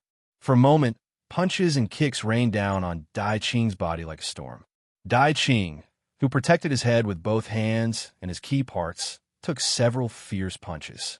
Taking advantage of the opponent's first wave of attacks before the second wave of attacks came, his body suddenly rushed in one direction. With a mountain lean, he knocked one of the operation team members to the ground. Then, with a long leg sweep, he knocked another team member to the ground. After that, he extended his free hands and smashed towards the last team member. This series of reactions happened in the blink of an eye. The remaining operation team member kept retreating. His hands kept moving in front of him to protect himself, and at the same time, he wanted to dissipate the power of Dai Qing's attacks. After 3 consecutive punches, he still did not knock the opponent down. Dai Qing was anxious. He did not know how many tricks the opponent had. He could not delay and had to end the battle quickly. At that moment, he stopped abruptly. Then, he raised his right leg and kicked the side of the team member's head with great force. Fortunately, the team member was somewhat prepared and protected his head. However, the powerful force still made him retreat continuously. Bang! Dai Qing, who had just finished his kick and was about to rush out, was suddenly knocked down to the ground by a long leg sweep. It was Ning Gang, who had not made a move until now, who had finally made his move. This kick was extremely fast. Dai Qing was unable to react in time and suffer a loss. However, his skills were extraordinary after all, and he had experienced countless life and death battles. Therefore, even though they wanted to speak and even talked about many secrets of the embroidered uniform guards, none of them were related to this operation. The final mission still fell on Dai Qing's head. As soon as Ning Gang appeared, Dai Qing raised his head and looked at him with the help of the candlelight. Then, he let out a snort and turned his head to the side. He knew very well that the people outside didn't know about the mission at all. Even Yao, she had only informed the other party that they were going to take action. They only knew about the general mission, and it didn't matter. Seeing Dai Qing's uncooperative behavior, Ning Gang wasn't anxious. On the contrary, he looked at him with interest. Then, he chuckled and said, "You don't want to talk, right? It's fine. I hope you can hold on. If you want to kill me, then kill me. I'll still be a good man after 18 years. At this moment, Dai Qing showed a fearless expression. "Oh, still a good man after 18 years? Not bad, but I don't know if you can hold on until then to bring him here." Ning Gang wasn't surprised. If the other party spoke after a simple inquiry, it could only mean that there was no one else in the embroidered uniform guards that could be used. After this shout, the bare-chested Yao, she was quickly brought over. Then, he was tied to a wooden pillar at the side. When this scene fell into Dai Qing's eyes, a trace of nervousness flashed across his face. And all this was seen by Ning Gang. This was his trump card. He had already guessed before. Then he found out from the mouths of the other embroidered uniform guards that Dai Qing and Yao, she were indeed doing something shameful. He wasn't afraid of the enemy being stubborn. He was only afraid that he couldn't find the enemy's weakness. As long as he found it, it would be time to pry open the enemy's mouth. Yaoshi was tied to the wooden frame. Ning Gang casually sat on a chair. First, he inadvertently glanced at Dai Qing and found that he was looking at Yaoshi with red eyes. Immediately, the corner of his mouth curled up and said, "What are you waiting for? Let's start the torture." "No, no." Two consecutive voices came from different mouths. It was Dai Qing and Yaoshi. Yaoshi was afraid, and Dai Qing was worried. Ning Gang wasn't surprised at all by these two people's reactions. He looked at Yaoshi again and said, "You're so delicate. We really don't want to torture you, but there's no other way. Someone has to speak. Why are you here? Otherwise, I won't be able to report back. Okay, let's not talk nonsense. Let's start the torture." "No." Yaoshi, who was afraid of being tortured, immediately shouted loudly. Then, he looked at Dai Qing and said, "Save me, save me. Didn't you say that you love me very much and are willing to give up everything for me?" If these words were said by a woman to a man, everyone would be able to accept it. After all, love between a man and a woman was a very normal thing. But when it came from a man talking to another man, no matter how handsome the man was, it made people feel a sense of disgust. At this moment, not to mention Ning Gang, even the other people participating in the interrogation hurriedly looked to the side. Obviously, they couldn't accept the reality in front of them. However, at this moment, Dai Qing didn't feel uncomfortable at all. On the contrary, he looked at Yaoshi affectionately with a look of struggle in his eyes.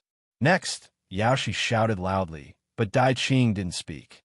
He just looked conflicted and reluctant. It's time to add fuel to the fire. Ning Gang thought so in his heart. Then, he said to the torture staff, "What are you waiting for? Since there are people who don't care, let's start the torture."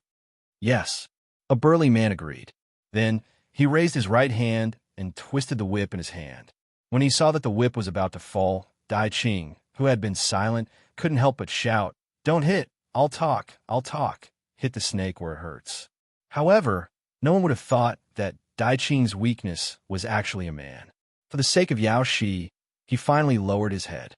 Ning Gang also stood up from his chair and said with satisfaction, "That's right. Well, tell me about your mission here." Dai Qing, who had been wronged, naturally cooperated fully. He told the whole story of how he received the order from eunuch Gao Rang to persuade Yi Ligong to rebel. It turned out that what happened in Liaodu had made the acting emperor very angry. If they had only lost to the five-star army in the war, it wouldn't be a big deal. After all, who would only win and not lose in a war? However, he was angry about the performance of the officials, especially the generals, who were originally from New Ergon. Didn't they say that martial artists valued righteousness and scholars despised each other? But why did so many generals and commanders choose to surrender? He couldn't figure it out. At the same time, he decided to punish these people. Otherwise, wouldn't everyone follow suit in the future?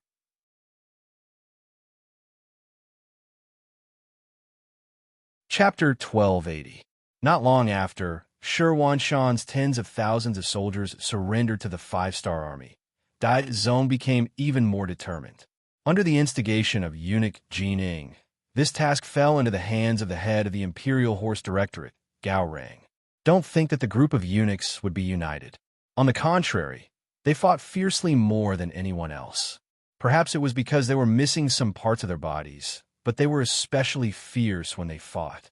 They would often kill their opponents as soon as they made a move. After Gao Rang received this task, he immediately began to plan everything. He needed to report to the emperor. Otherwise, if the emperor questioned him, Jining would add fuel to the fire, and he would not have a good ending. Just like that, after a series of investigations, the final target was Yi Ligong, who valued friendship the most. Although he wanted to make a move on Shan, who had more power, he had already taken away his family and his brother's family. Even the eunuch who was in charge of supervising them was taken away. Helpless, he could only find General Yi Ligong, who was second only to them. Although Yi Ligong did not have a family and his parents were no longer alive, based on the results of Gao Rang's investigation, he valued friendship. He especially treated his superior, Song Quan, like his own brother. Although Song Quan was dead, his family was in Baiming's capital, so there was no need to fear that he would not submit. Thus, Gao Rang had people take Song Quan's family into custody and then sent one of his trusted aides, Dai Qing, to complete the task. In his view, with hostages in hand, Yi Ligong would not dare to act rashly. As long as he could convince him to take back the military power of the three eastern provinces, Baiming would not only be able to take back the area north of Liaodong, but also cut off the supply route of the five-star army. No matter how he looked at it, this was a great achievement. Dai Qing came. He also believed that with hostages in hand, Yi Ligong would not dare to act rashly. Thus, he also brought his favorite, Yao Shi, along with him. He never thought that he would have a bad start and attract the attention of the Security Bureau of the five-star army. Now that he had fallen into their hands, he did not know whether he would live or die. After confessing everything, Dai Qing was like a defeated rooster. He looked at Ning Gang and said, "I've said what I should say. You can kill me, but please let Yao Shi go. Thank you." Ning Gang had a guess about what had happened, and now it seemed that he was right. However, he did not intend to let Dai Qing go, nor did he intend to kill him. If the matter was not resolved, Gao Rang would inevitably send other brocade guards to solve his problem. This time, it was due to the other party's carelessness that he was easily discovered. But what about the next time? What about the next time? He couldn't be so lucky every time, right? In order to solve this problem once and for all, there was only one way, which was to rescue Song Quan's family and send them to General Yi Ligong. This was the perfect ending.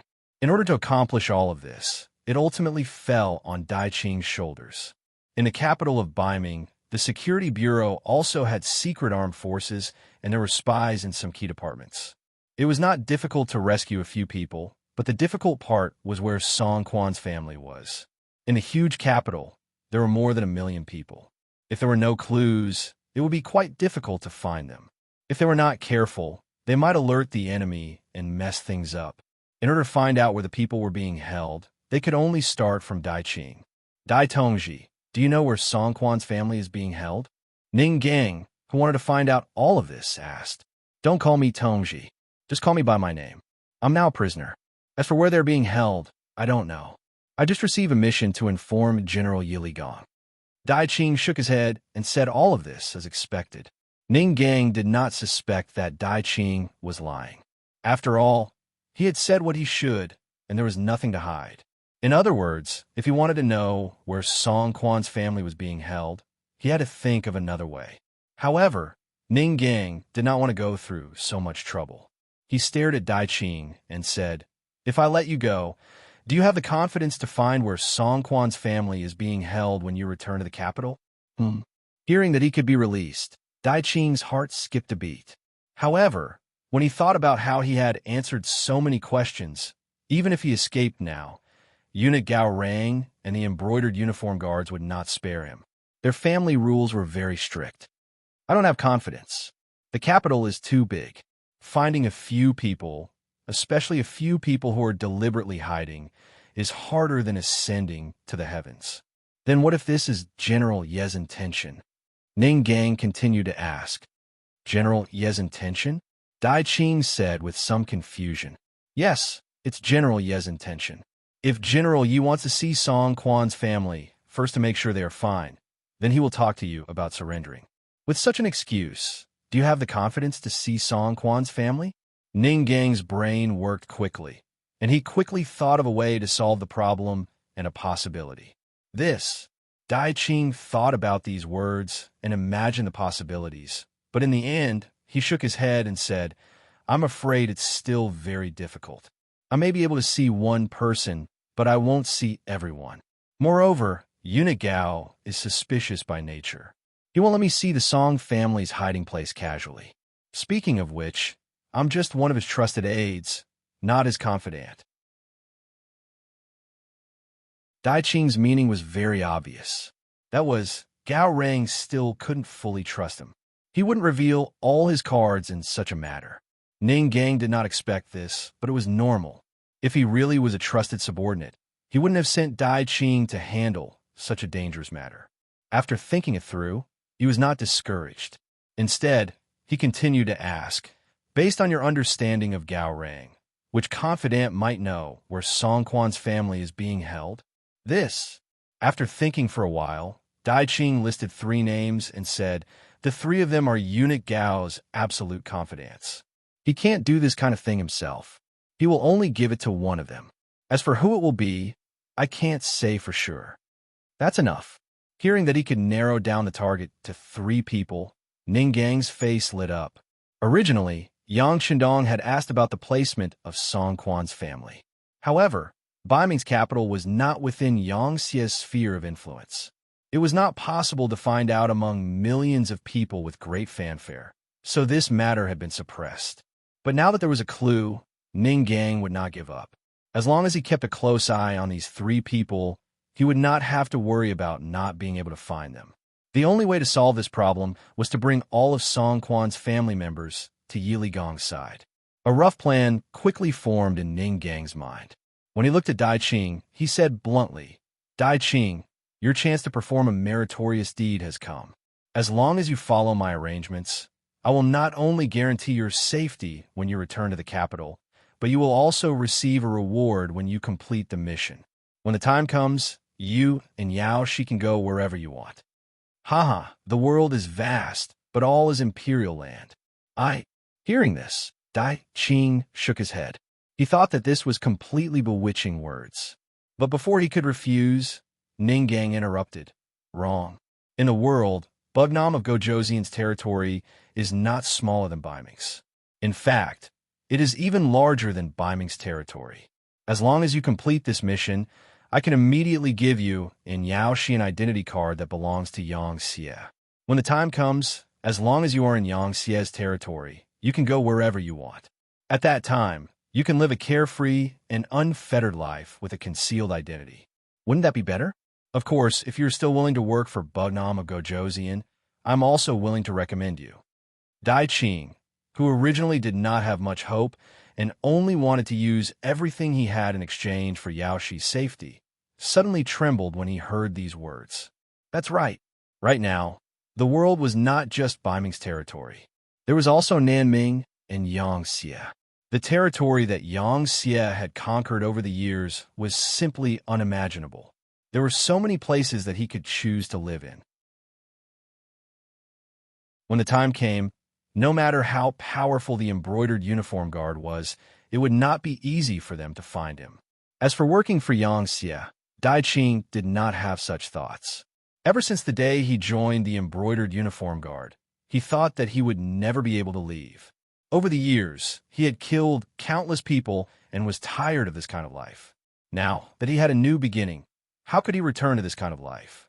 Okay, I only hope that after this matter is completed, you can let me and Yao Shi leave and let us go to a new place to start anew. Dai Qing did not dare to hope for a reward. As long as he could keep his life, he was already very satisfied. Although he did not manage to persuade Dai Qing to join the security bureau, Ninggang was not disappointed. As Yang Xie grew stronger and his territory became wider and wider, there would be plenty of talents in the future. At that time, it would not be you who begged others to join, but others who begged you to join. Finally, Dai Qing was persuaded. But for the sake of safety, Yao Shi did not leave with him this time. Only he was allowed to leave the Jinzhou left guard. Later, after the secret agents of the Security Bureau in Baiming and Jingming received the telegram, they kept an eye on Gao Rang's 3 confidants and made preparations. In the end, they found all of Song Quan's family members. What happened next was much simpler. The people were suddenly taken away by the Security Bureau. Then they left the capital through a secret channel and went to Shur City. In April next year, they arrived at the Jinzhou left guard.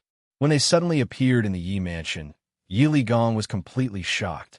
Originally, he had been waiting for Dai Qing to show up again. He had already thought that as long as Dai Qing dared to appear again, he would take him down and send him to the governor, Lu Ji, to prove his loyalty to Bugnam of Gojoseon and the 5-star army. Next, he would commit suicide to thank Song Quan for taking care of him. But he did not expect that after waiting for so long, he would get such a result.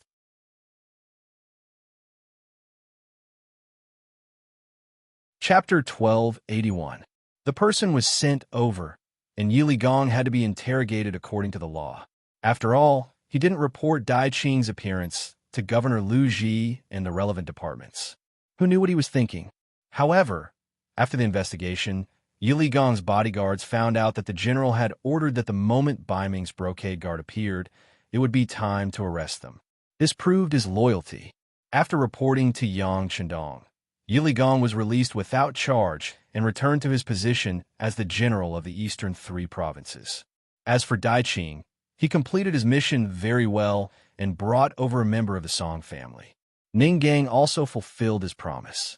Not only did he release Yao Shi, but he also gave them identification documents that could be used in Yang Xie's territory.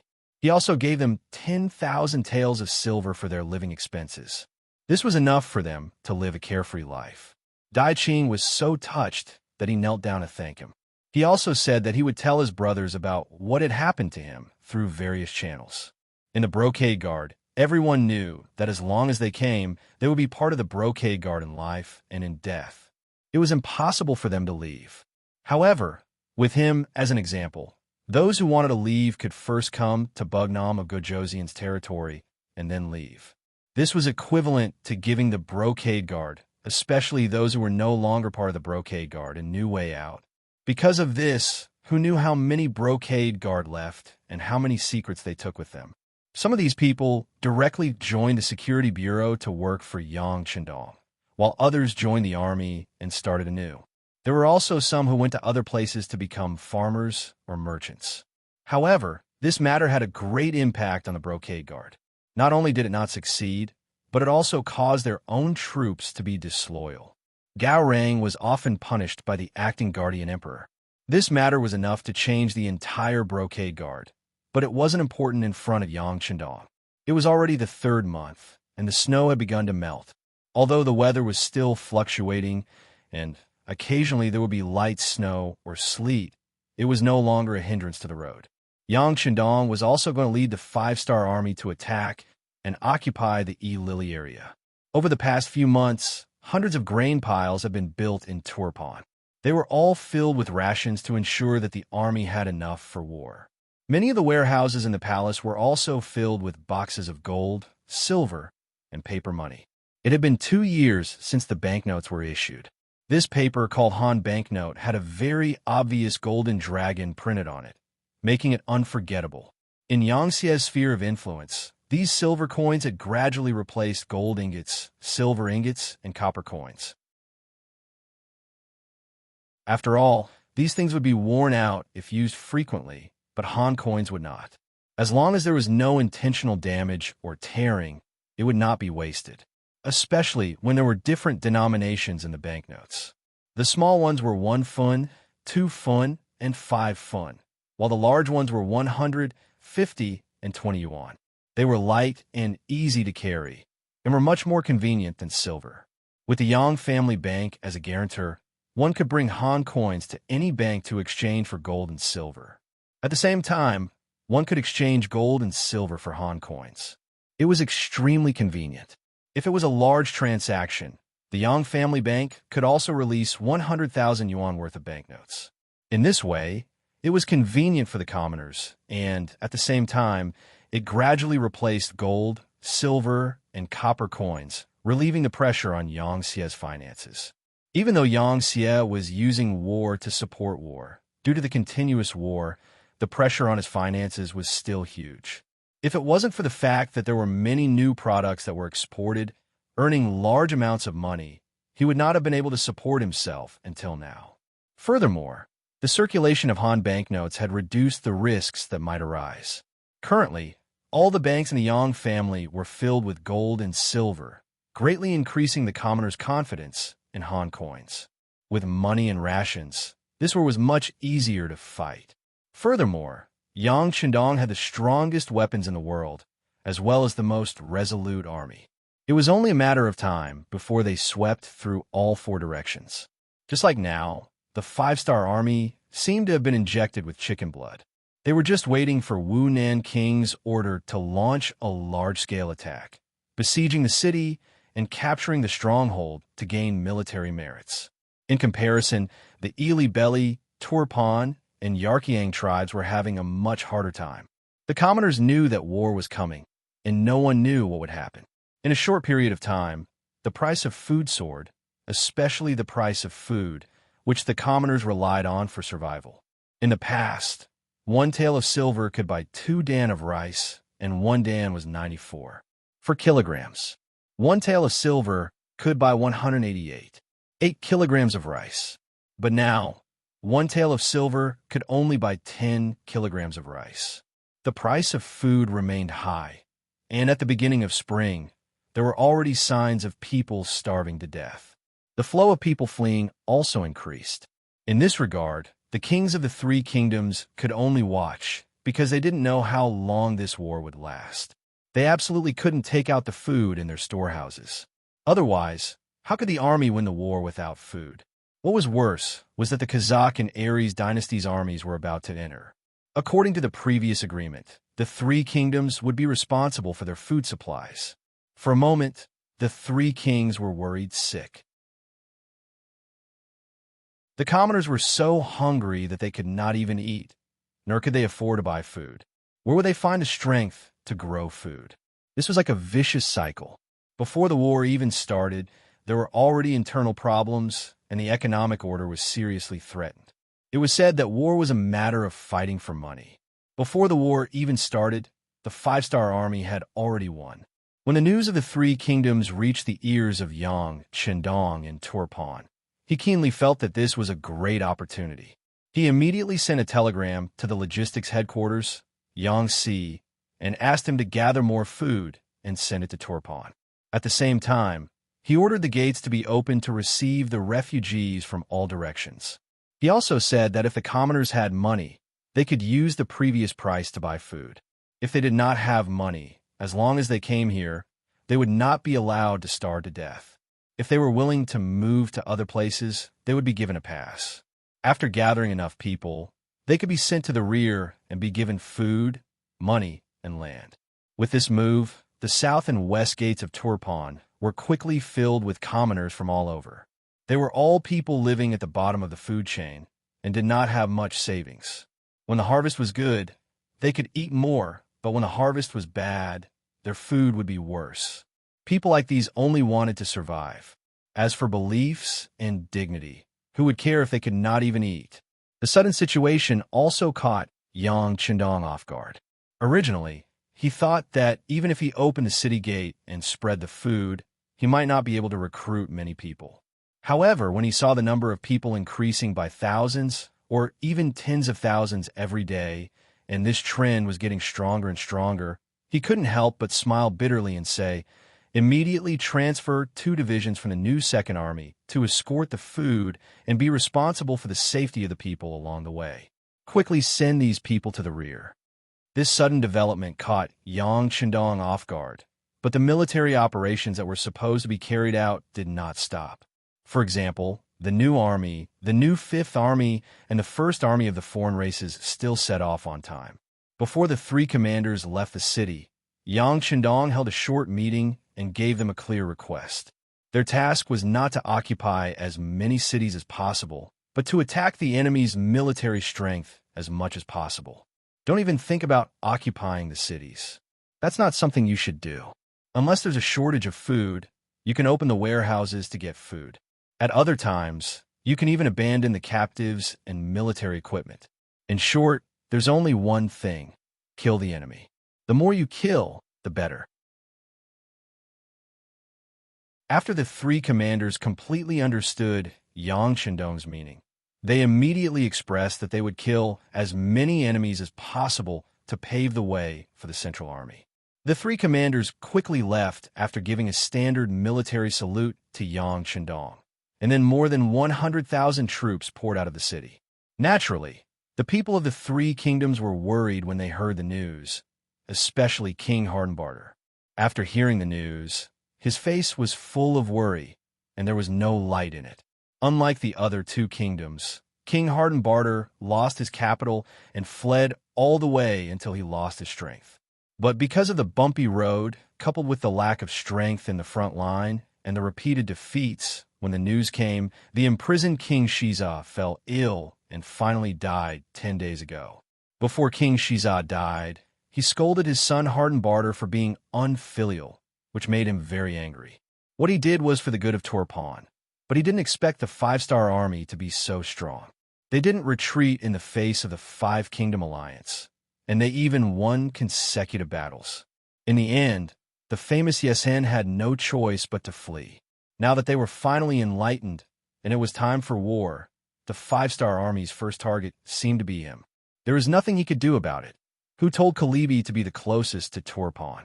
After knowing that the five-star army first sent out more than 100,000 troops, and that one of the new army's targets was Kalibi, Hardenbarter called General Daichin to discuss the defense.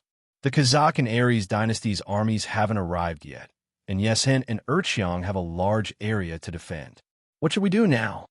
After calling Daichin, Hardenbarter immediately asked for a plan, and at the same time, he showed an expectant expression.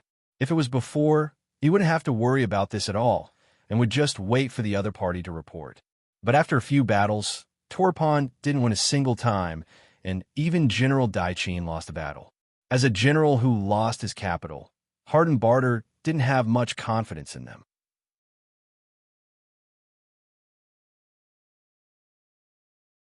Chapter 1282. Now that Tulyafin had suffered consecutive defeats, their military strength was not as good as before. Although they recruited another 50,000 soldiers, their military strength had reached 180,000, but there were too many places to defend. Facing the five-star army, they were unable to do anything. More importantly, the civilians of Tulyafin were too close to Tulyafin City. Naturally, they were the majority of the civilians that escaped. Not only that, there were also a lot of retired soldiers that escaped. They mixed in with the civilians and entered Tulyafin City. Don't think that they mixed in just to find the base of the five-star army. They really did surrender. Their families didn't have food to eat, their parents were old, their children were young, their wives were weak. They all needed the head of the family as a man to take care of them. These people chose to stand out to protect their families and join the five-star army with their families. People like these who brought their families with them wouldn't go against a five-star army, much less cause any trouble. Moreover, this situation was becoming more and more intense. The battle had yet to begin, but the army had already lost close to 5,000 soldiers. One could imagine, with their current state, how could they fight with the five-star army? How could they fight with the enemy? They didn't have enough soldiers, and their battle strength was even lower. Even the cleverest housewife couldn't cook without rice. At this moment, General Daichin didn't know how to deal with this. At this moment, he really wanted to ask the king to open the granary and release the grain. However, he knew that if he really did that, not only would the civilians of Tulyafin, even the civilians of Ely and Yirkiang would come. It would also attract some unscrupulous merchants who would hoard grain at a high price. If that happened, then it would be a huge problem. Daichin thought for a long time, but couldn't think of a solution. Facing the king's question, he could only lower his head and remain silent. Hardenbartle waited for a long while and still didn't get any reply. He couldn't help but ask, "General Daichin, I'm asking you something. Can you hear me?" "Yes, Your Majesty, I hear you. The 5-star army is coming at us ferociously. Our reinforcements won't be able to reach here in a short amount of time. The only thing we can do now is to place our main forces outside the city and defend first. Using our advantage in numbers and terrain, we can still fight." Helpless, Daichin could only suggest a defensive strategy. He knew that if they kept defending, they would definitely lose. However, if they took the initiative to fight, they might be surrounded and split up. If that really happened, Torpon would have no trump cards left. Even if they could chase away the 5-star army one day, they wouldn't have the strength to bargain with their allies.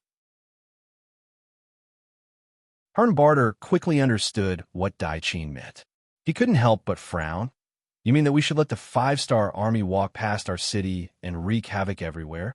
But do you know that if we do that, the entire Torpon will be engulfed in the flames of war, and we will have no way out? Once the city is lost, there will be no place for us to stay." Daichin obviously understood this logic, but at this moment, he really didn't have any better ideas. If they split up their forces to fight, they would probably lose even faster. As for whether or not this would cause them to lose the nearby cities and large amounts of land, it wasn't a problem that he needed to consider right now. "Let's solve this problem first. Your Majesty, I know your worries, but as long as Your Majesty is still here, the army is still here, and the lost land can be taken back.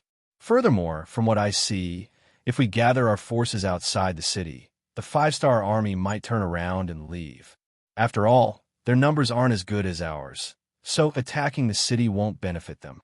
That way, as long as they leave, they might enter the lands of other allies. If that happens, some people won't be able to stand by and do nothing." Daichin had done a serious analysis before.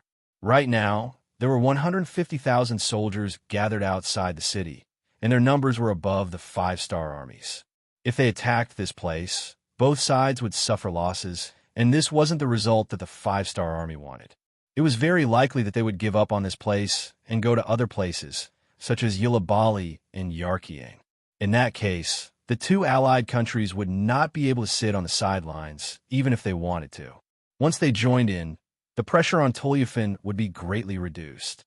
When Hardenbartle heard these words, he couldn't help but suck in a breath of cold air.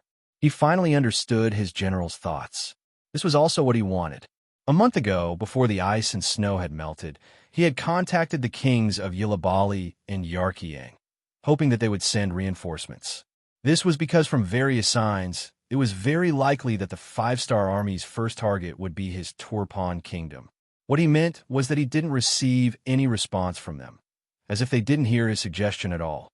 It was clear that the two countries wanted to see them fight the 5-star army first, and then find a chance to reap the benefits. This was the so-called alliance. Because of the existence of their own interests, it was impossible for them to truly be united. Once there was a conflict of interests, it was very likely that they would turn against each other. Since they weren't benevolent, then they shouldn't blame him for being unrighteous.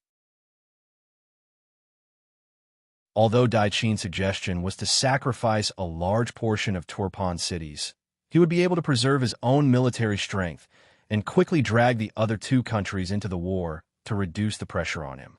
Why not? The most important question now was whether or not the 5-star army would attack Kalabali City. He asked Daichin this question again. "Are you sure that the 5-star army will go around us?" They should. Even though this was the result of many analyses, who could be sure about the changes on the battlefield? Daichin didn't dare to make any guarantees, so he added, "Your Majesty, we can act like we're going to fight to the death and give the 5-star army some pressure. This way, they shouldn't attack us. Plus, if they really want to attack Kalabali City, then we can hold on for a while. When the time comes, we will have enough time to send Your Majesty away." Daichin's meaning was very clear. No matter what, Hardenbartle's life could be saved. The only difference was that one result was that they would still be very strong, and the other result was that they would become a fugitive government that needed to rely on others. Okay, then let's give it a try. Immediately transfer the troops from the nearby cities and leave some money and food in the other cities to lure the five-star army. Hardenbarter was very decisive. He actually didn't have any other choice. Either he immediately moved the army and gave up on Kalabali City. This way, even if he continued to escape, he would still be caught by the five-star army. The losses wouldn't be small. Since that was the case, why not take a gamble? Daichin was very supportive of Hardenbarter's decision. When he heard that the king wanted the other cities to leave some food for the five-star army, he couldn't help but reveal a look of admiration. With this bait, the chances of the five-star army not attacking Kalabali City would increase. Under the king's orders, the troops from the nearby cities started to move towards Kalabali City. The Turpan Kingdom only had 180,000 troops. Other than the 30,000 troops that were too scattered and couldn't gather due to the distance, the other 150,000 troops were all gathered in and outside Kalabali City. The military tents stretched for 10 miles, as if they were ready for a decisive battle once the five-star army arrived. The ones that came from the middle were the new army. After General Su he heard the information from the scouts, mainly from the intelligence department, he immediately made the decision to go around Kalabali City and attack the smaller cities with weaker defenses. Before they came, Yang Qindong had said that this time they weren't going to take over the city or see who took over the most territory. What they wanted was to destroy the enemy's strength. Since that was the case, so he wouldn't be stupid enough to fight with the Turpan Kingdom's main force. Plus, he really didn't care about a single Kalabali city. Sui's new army was the closest five-star army to Kalabali City. Even he suddenly took a detour, so the five-star army and the first army of the other races definitely wouldn't have any ideas about this place. When the news reached Hardenbarter and Daichin's ears, they couldn't help but let out a sigh of relief. King Hardenbarter's face finally showed a trace of relief as he said, "They really took a detour. Haha, let the other people have a headache from now on." "Yes, Your Majesty. Now that we've prepared ahead of time, we've stored large amounts of food in Kalabali City. It won't be a problem for us to defend for 2 to 3 years. By then, the battle will have ended. At that time, with your 150,000 troops, you might become the strongest force here." Daichin also let out a sigh of relief. As the general, the pressure on him was greater than anyone else. Luckily, the result was good. The five-star army really did take a detour. Naturally, the burden on his body was also reduced by a bit. "Oh, you're saying that we still have a chance?" Hardenbarter, who originally thought that they were just hiding for a while, suddenly thought of a possibility. If the result was as Daichin predicted, when the five-star army and his allies were almost done fighting, wouldn't he be able to reap the greatest benefits by leading his 150,000 troops? Thinking about how the Turpan Kingdom could use this opportunity to increase their strength and truly unify this place, Hardenbarter couldn't help but laugh out loud. Wasn't this what he had been searching for? Perhaps it would truly be realized in his own hands. The new army went around Kalabali City and came to the hinterland of the Turpan Kingdom. Then, they attacked the city and took over the stronghold. No one could stop them. Some of the smaller cities had already opened their gates. The civilians had all run away. The Turpan army in the city had also all run away. It didn't take much effort at all.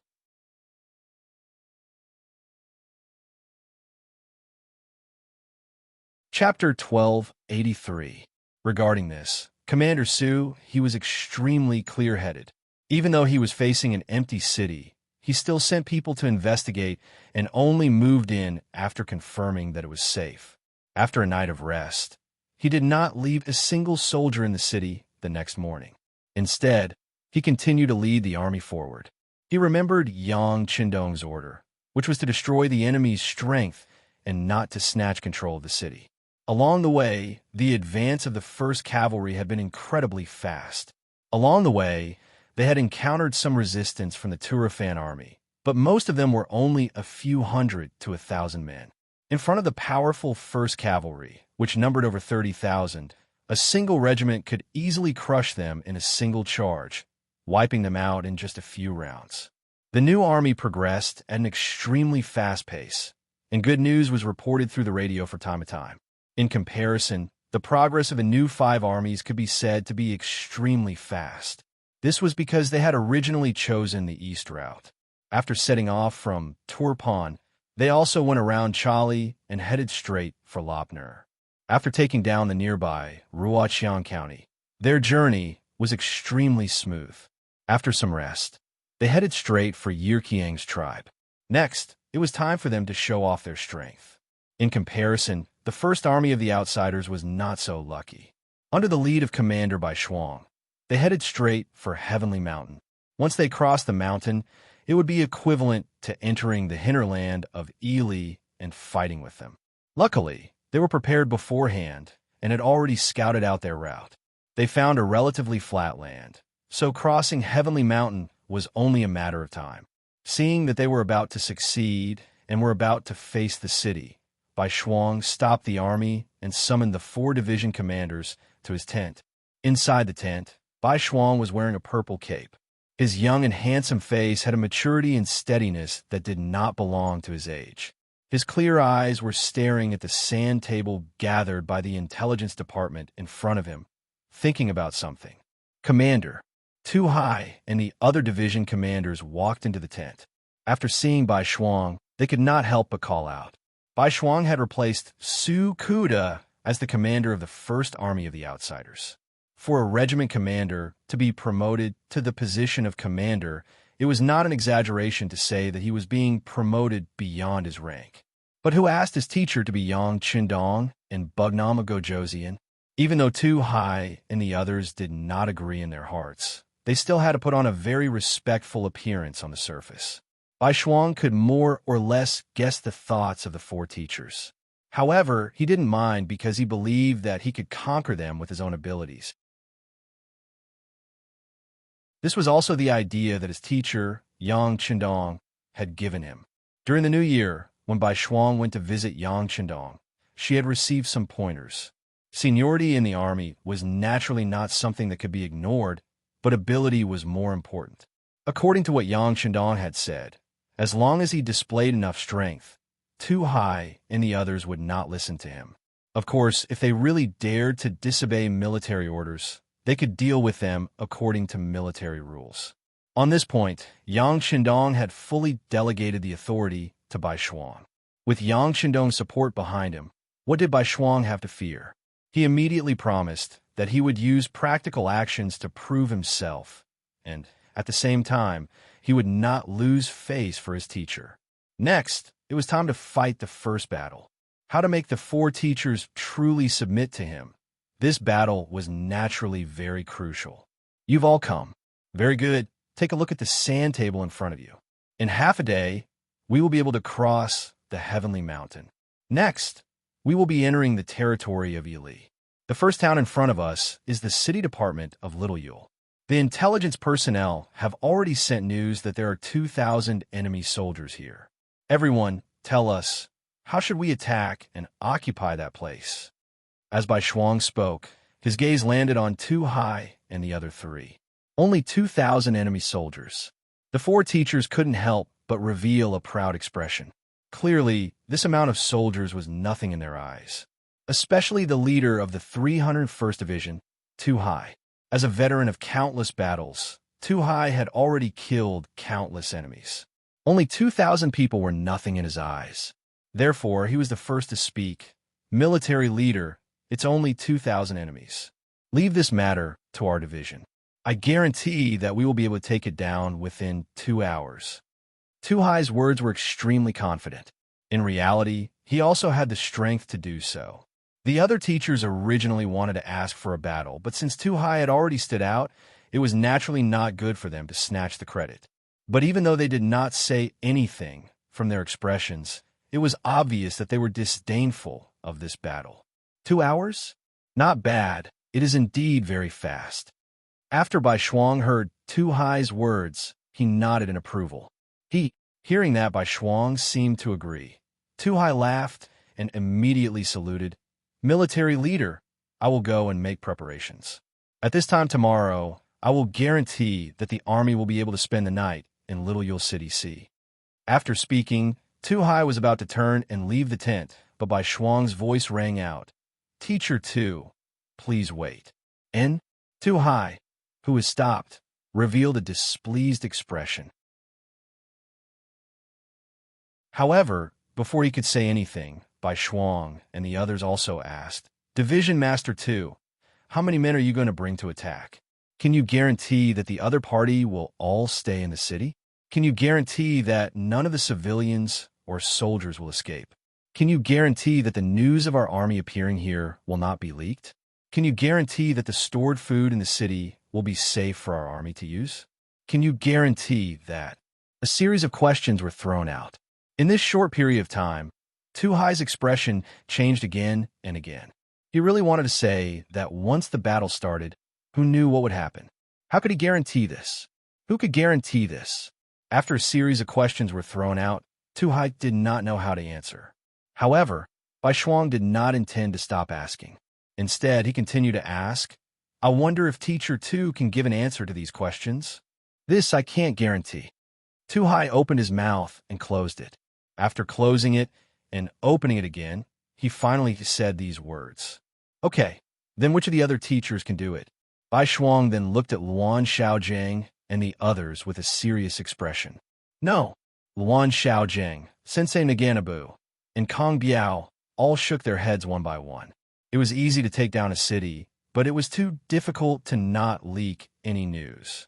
At this moment, Tu Hai had already recovered from his previous question. At this moment, he finally said, "Military leader, this is a bit too much. The situation of a battle is constantly changing. There is a saying in the art of war, there is no constant situation in war, and there is no constant situation in water. Who can guarantee that there will not be any problems? We're wrong." Without waiting for Tu Hai to finish, Bai Shuang's stern gaze had already turned over. Changes in war do exist, but as long as the plan is good, it is very possible to control it within a certain range. Also, if you can't do it, it doesn't mean that others can't. I am willing to make a military pledge. I will personally go and control Little Yule City Head. I guarantee that there will not be any problems. However, if there are any accidents, I am willing to resign from my current position and return to being a regiment commander. When the military pledge was made, the four teachers were so shocked that their jaws dropped. For a moment, they were all stunned and did not know what to say. Logically speaking, with Bai Shuang's current status, he could let his subordinates do things for him. Unless it was a matter of life and death for the First Army, he would not personally take action. This was also Yang Qindong's intention. High-ranking officers could not take risks, because if something happened, the losses would be too great. However, Bai Shuang actually took the initiative to volunteer. However, to be able to become a teacher, none of them were idiots. They quickly thought it through. This time, Bai Shuang was forcing himself. He was establishing his authority. "Military commander, you can't." After thinking it through, E-Division 303's division commander Sensei Naganabu took the initiative to stand up, wanting to say something. He was different from other people. Although he led the First Army, it was an army made up of people from different races, different regions, and even different faiths. However, to be able to become a high-ranking officer, other than him, everyone else was Han. This made his status somewhat awkward. When he did some things, he naturally could not be as unscrupulous as other people. Now that Bai Shuang was about to take the risk, of course he had to speak up to stop him and express his attitude. Sensei Naganabu was the first to speak up. Afterwards, E-Division 302's division commander Luan Xiaojiang and E-Division 304's division commander Kong Biao also spoke up to dissuade him. Whether they were sincere or just on the surface, at least they all knew that Bai Shuang's appointment as a military commander was personally ordered by Yang Qindong. That was set in stone, and no one could stop him. And if something happened to Bai Shuang in front of them, as the commanders who held the military power, they would not be any better off. Out of the four commanders, 3 of them had expressed their opinions. Only Tu Hai stood there without saying anything. Instead, he looked at Bai Shuang up and down as if he had just met him. "All right, This military commander has made up his mind. It cannot be changed. How about this? I will bring the direct military guards to Little Yule City Head. You all just need to stay at home and wait for the good news. Bai Shuang did not care if others looked at him or not. As the saying went, doing things beautifully was more convincing than saying more. Orders, everyone is to rest where they are. The direct military guards will follow me. Bai Shuang gave the order as a military commander. At this moment, even if the 4 commanders wanted to say something, it was all too late. In the 5-star army, the military commander's authority was still very great. Unless it involved a rebellion, the officers under him had to obey him unconditionally. Otherwise, they would be punished according to military law. Bai Shuang left. He left very decisively, and indeed only brought the 2,000 soldiers of the direct military guards with him. However, others did not know that he did not intend to use all of the 2,000 soldiers. He only needed to bring a battalion into the city. The other 4 battalions were only responsible for keeping watch outside, just in case.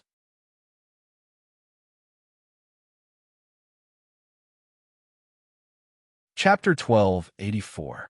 In the mountains 4 li away from Little Yule City, Bai Shuang was leading the 1st Guard Battalion to change.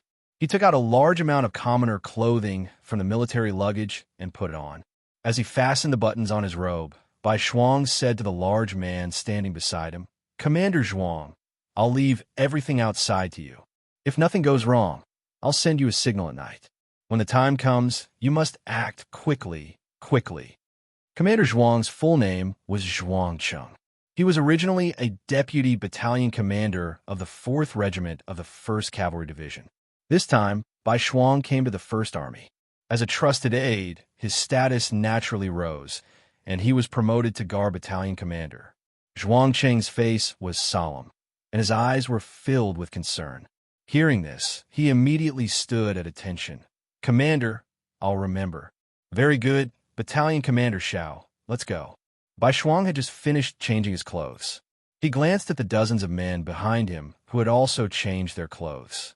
With a chuckle, he walked towards the nearby official road and headed towards the direction of Little Yule City. Battalion Commander Xiao Qing was originally a company commander of the 4th Regiment. He usually admired Bai Shuang's ability. This time, he took the initiative to come along and obtain the position of Guard Battalion Commander. Bai Shuang and the dozens of men walked on the official road. Little Yule City was already in sight. Bai Shuang couldn't help but slow down and said in a very casual tone, "The enemy has 2,000 soldiers in the city. Are you afraid?" "No." The soldiers all said in unison. To be able to go on a mission with their commander was their honor. If word got out, it would be something to gain face. Furthermore, the other brothers of the 1st Battalion had already changed into the city. They were the last batch. This way, they had a total of 400 people. Although they didn't have as many soldiers as the enemy, they still had the ability to fight back. Not to mention, if their commander could lead the troops, he definitely had a thorough plan. What was there to be afraid of? Good, that's how war is. Very satisfied with the soldiers' answers, Bai Shuang said confidently, "On the battlefield, just because you're afraid of death, you won't be killed. On the contrary, if you weren't afraid of death, others would only be afraid of you. That way, you would have more chances to protect yourself. All right, you are all courageous and insightful people.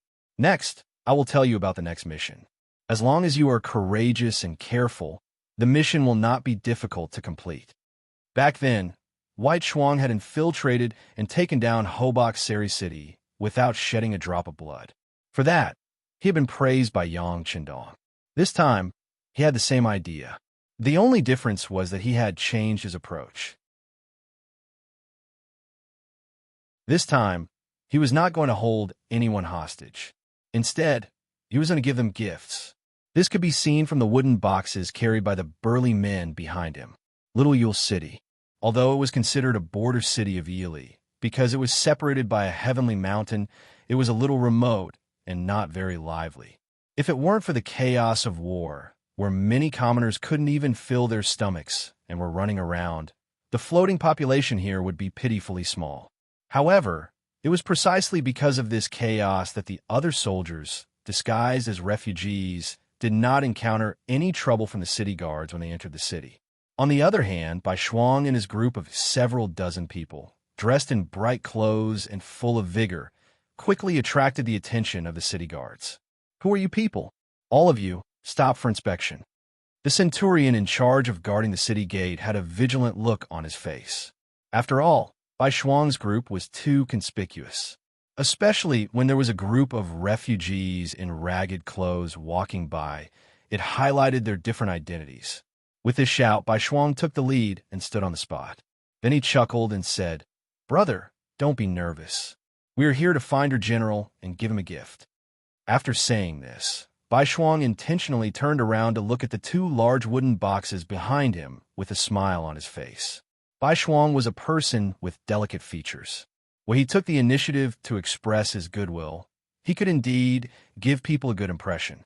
In addition, there were only 30 brothers behind him. This centurion had 100 people beside him. Of course, he wouldn't take it too seriously. Give him a gift?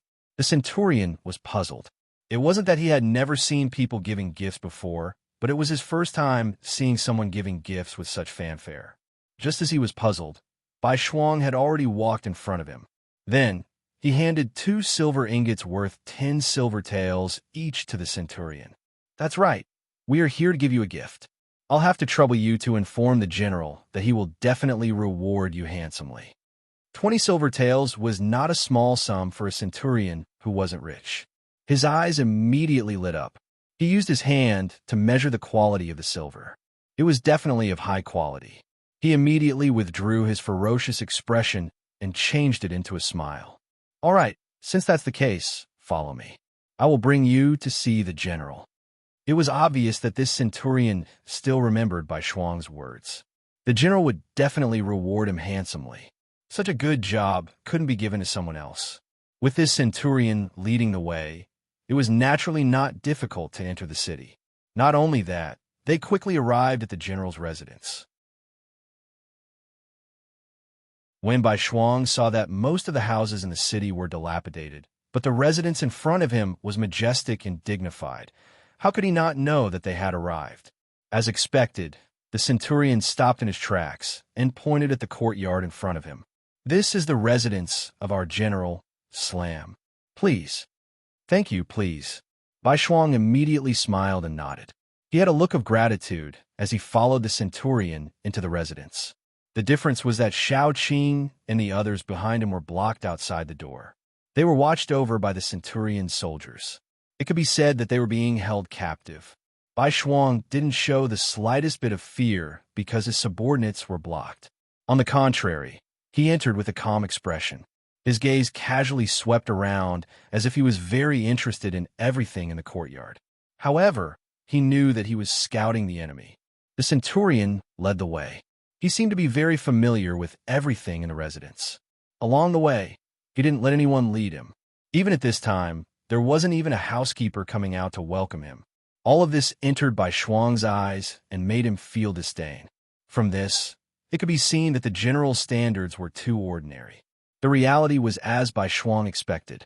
Under the centurion's guidance, Bai Shuang easily saw the person in charge, Slam.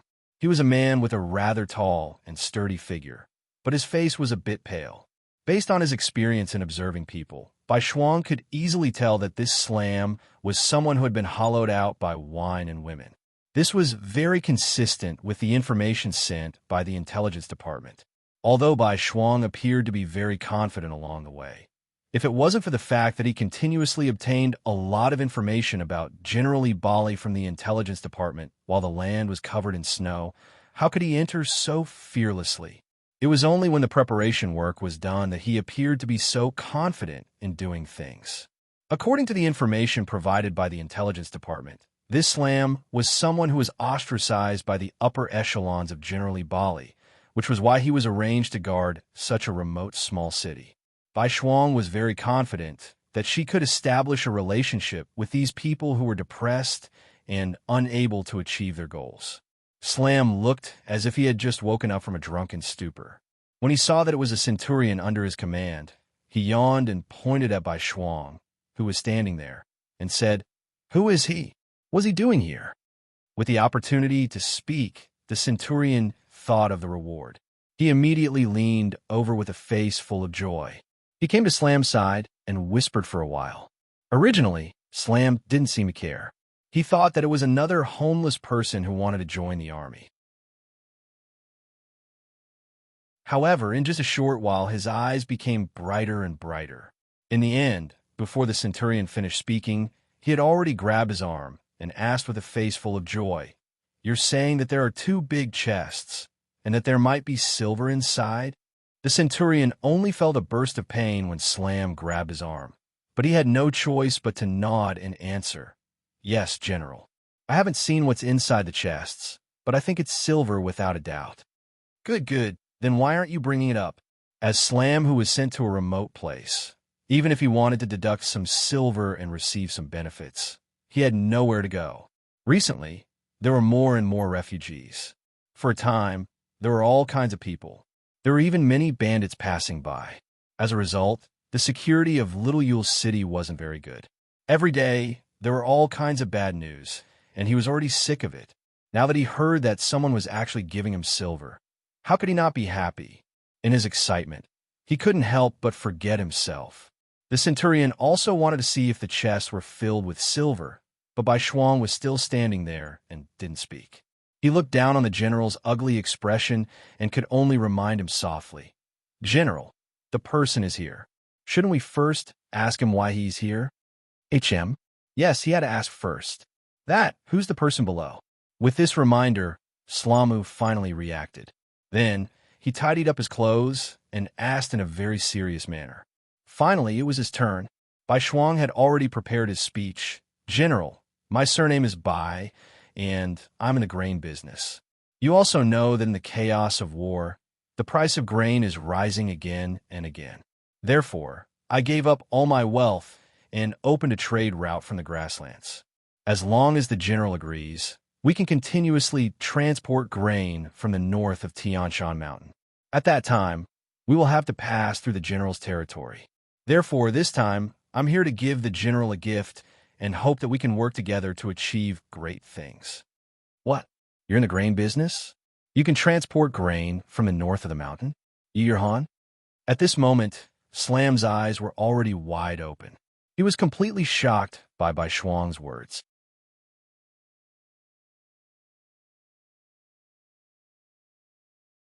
Chapter 1285. If one were to talk about what was the most valuable right now, the first would be food.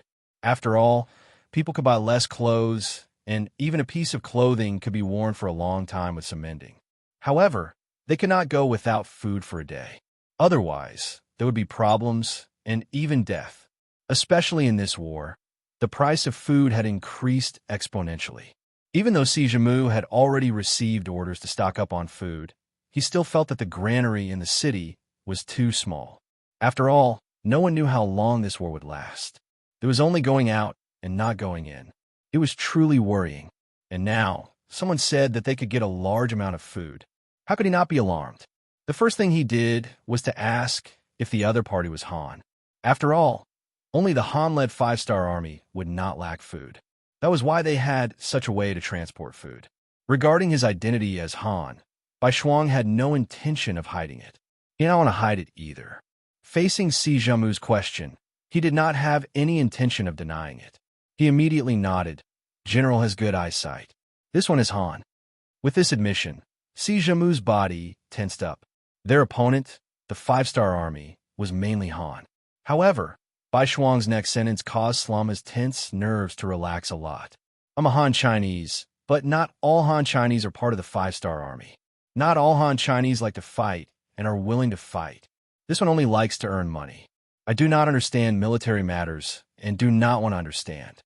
And, hearing Bai Shuang say that he was not part of the 5-star army and did not like to fight, he only liked to earn money, Si Jimu's expression became much better.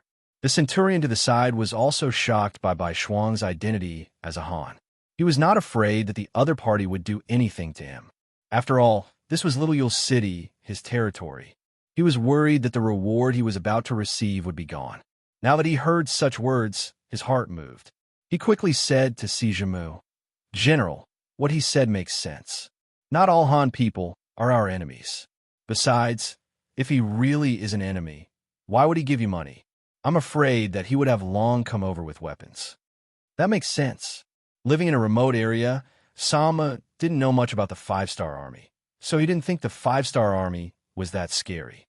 The most important thing was that he also believed that this was Little Yule's city, and this was his territory. There were only a few dozen people here, but he had 2,000 soldiers. If the other party dared to act rashly, he only needed to give an order to settle everything. Furthermore, he knew that if he were white double, he definitely wouldn't have the guts to barge into the five-star army's barracks. Judging others by his own standards, Samu's vigilance dropped a lot.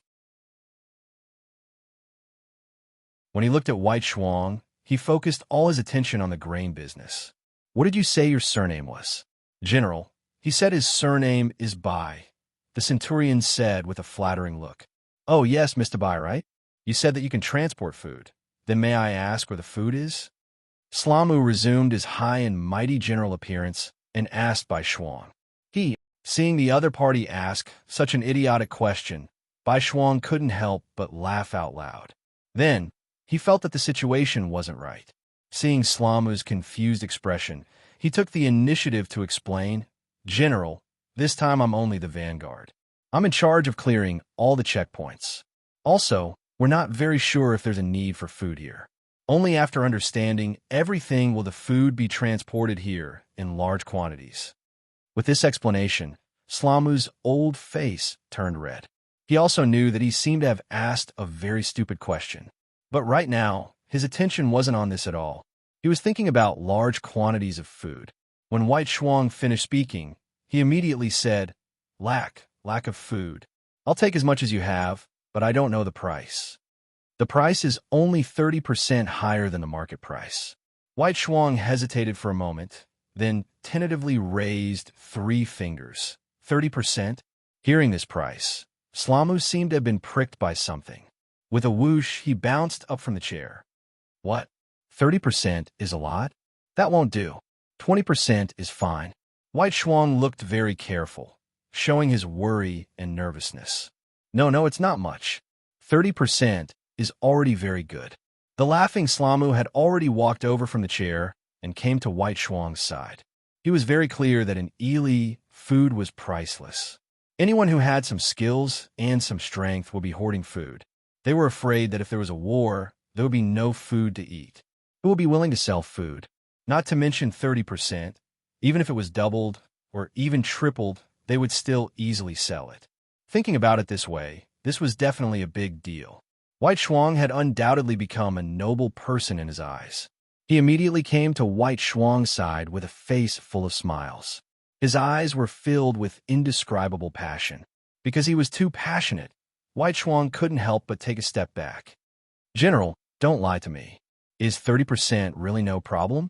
White Shuang's eyes moved as he spoke, showing his shrewd side on his face. Of course there's no problem. I'll take as much as you send. Ha ha ha. Slama laughed loudly. He originally thought that after being sent to this remote little city, it would be difficult for him to achieve anything in his life. He didn't think that a good thing would fall into his lap. How could he not grasp it? At this moment, White Shuang's heart finally settled. The business was more or less done.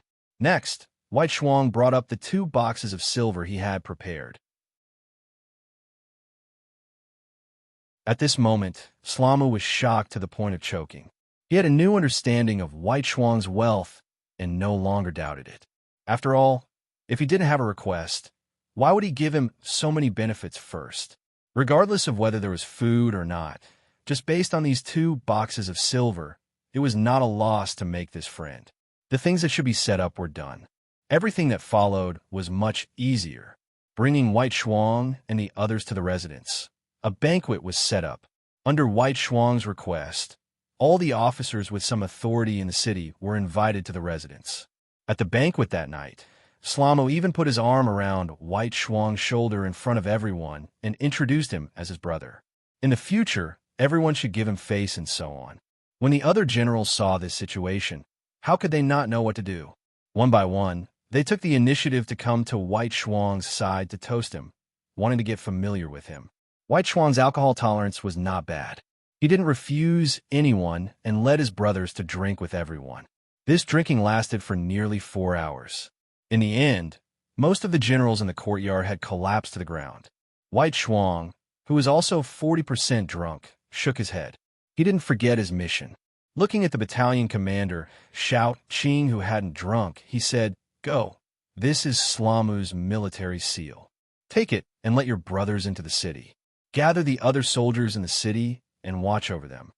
"Yes," Xiao Qing said with a face full of excitement. At this moment, he was completely convinced by the military chief. He had only used 2 chests of silver to take down the entire Little Yule city without shedding a drop of blood. Most importantly, he had completely sealed off the news of the army entering the city. This was a true wise man, a true expert. Xiao Qing left. Using the commander's seal, he quickly found Commander Zhuang Cheng, who was waiting for news outside the city. What happened next was much simpler. The 5-star division quietly entered the city. Following that, they gathered all the guards inside. After that, they removed their weapons and became prisoners of war. All of this was completed before daybreak. Then, the signal was sent out. An extremely bright flash grenade soared into the sky. 3 li away, 2 high, and the others who were waiting for news immediately brought over 30,000 soldiers towards Little Yule City. The sky finally brightened. Slamu, who was in a daze, was awoken by the urge to urinate. When he slowly opened his eyes, he didn't have the urge to urinate anymore. This was because at this moment, a steel blade was placed on his neck. Surrounding him was a group of 5-star army soldiers wearing military green uniforms. This is a dream. This must be a dream. Slamu hurriedly closed his eyes. Then, he opened them again. However, nothing had changed. There was only a fierce gaze in Commander Xiao Qing's eyes. "General C, you're finally awake? Then let's have a good talk now." "Talk? Talk about what?" Slamu's voice was trembling as he spoke. Even if you beat him to death, he wouldn't have thought that the 5-star army would appear in front of him. Even if you beat him to death, he wouldn't have thought that the enemy would leap over the mountains. Because perhaps people and horses could leap over, but what about the army's rations? How could he know that White Shuang didn't bring any rations over? He only had the soldiers carry rations for 5 days. This was because he believed that as long as they came here, there would naturally be people who would give them rations. White Shuang, who had already grasped the situation, suddenly had a fierce look in his eyes. He knew that he should show Slamu some power. Otherwise, he was afraid that this person wouldn't cooperate with him. Now that he had occupied the capital of Little Yule, there were 2 ways to enter the deeper regions of Ili Belly. The first was to head south to the capital of Big Yule. From there, he would enter the Tex River, and then to the north would be the Katimian Mountains, which would be to the south of the capital of Ili Belly.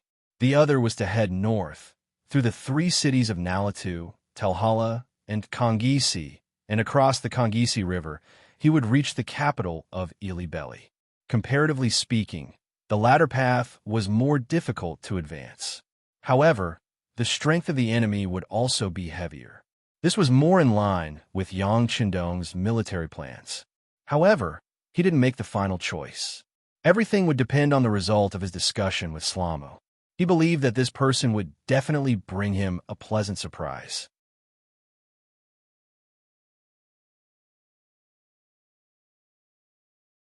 Chapter 1286. Facing Bai Shuang's murderous gaze, Slamu's heart trembled. He had thought of something, and his thoughts came true. He heard Bai Shuang say coldly, "I can tell you now that I'm not a merchant. With a 5-star army, we've crossed Tian Shan Mountain to come here. This time, we're here to take your king's dog life. Trust me, it won't be long before this place becomes the territory of our 5-star army. All the soldiers here who oppose us will be killed or become captives who will never see the light of day. You're very lucky to be caught by us first. Now, you're still useful. As long as you're willing to cooperate with us, I promise you'll live a good life.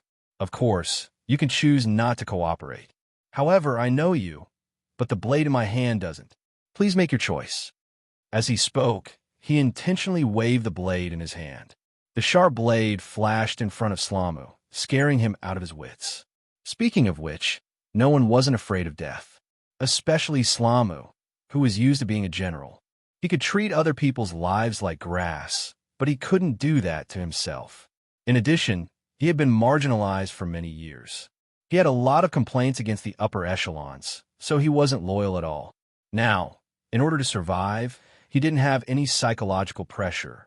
He already had the thought of surrendering, but he still wanted to fight for more benefits. After Slamu's eyes looked around, he looked at Bai Shuang, who was waiting for an answer, and said, "How can I believe you? How can the glory and wealth you speak of be fulfilled?" Even at this time, Slamu was still thinking about how to obtain more benefits for himself. In the eyes of these people, there was no such thing as a nation, a country, or dignity. They only cared about their own benefits. If these people were in the 5-star army, needless to say, once they were discovered, they wouldn't be put in an important position. They might even be kicked out of the army at any time and sent to be punished. Bai Shuang looked down on these people. His tone wasn't polite. "Slamu, you're now our prisoner. Do you think you still have the right to talk about conditions? You can only choose to believe us now. Otherwise, we'll cut you in half right now and hang you on the city wall to let you have a taste of the wind and rain." "No, I'll cooperate with you. I'll completely cooperate with you. I just hope you keep your promise." When Slamu heard these ruthless words and saw Bai Shuang's unfriendly gaze, he immediately replied with a face full of fear. Bai Shuang was very satisfied with just a scare, and Slamu was convinced. In order to make the other party cooperate with him better, Bai Shuang also intentionally retracted his killing intent, and a smile appeared on his face. "That's the way, right? Don't worry. Our 5-star army are very friendly to our friends. You can also go and scare them a little.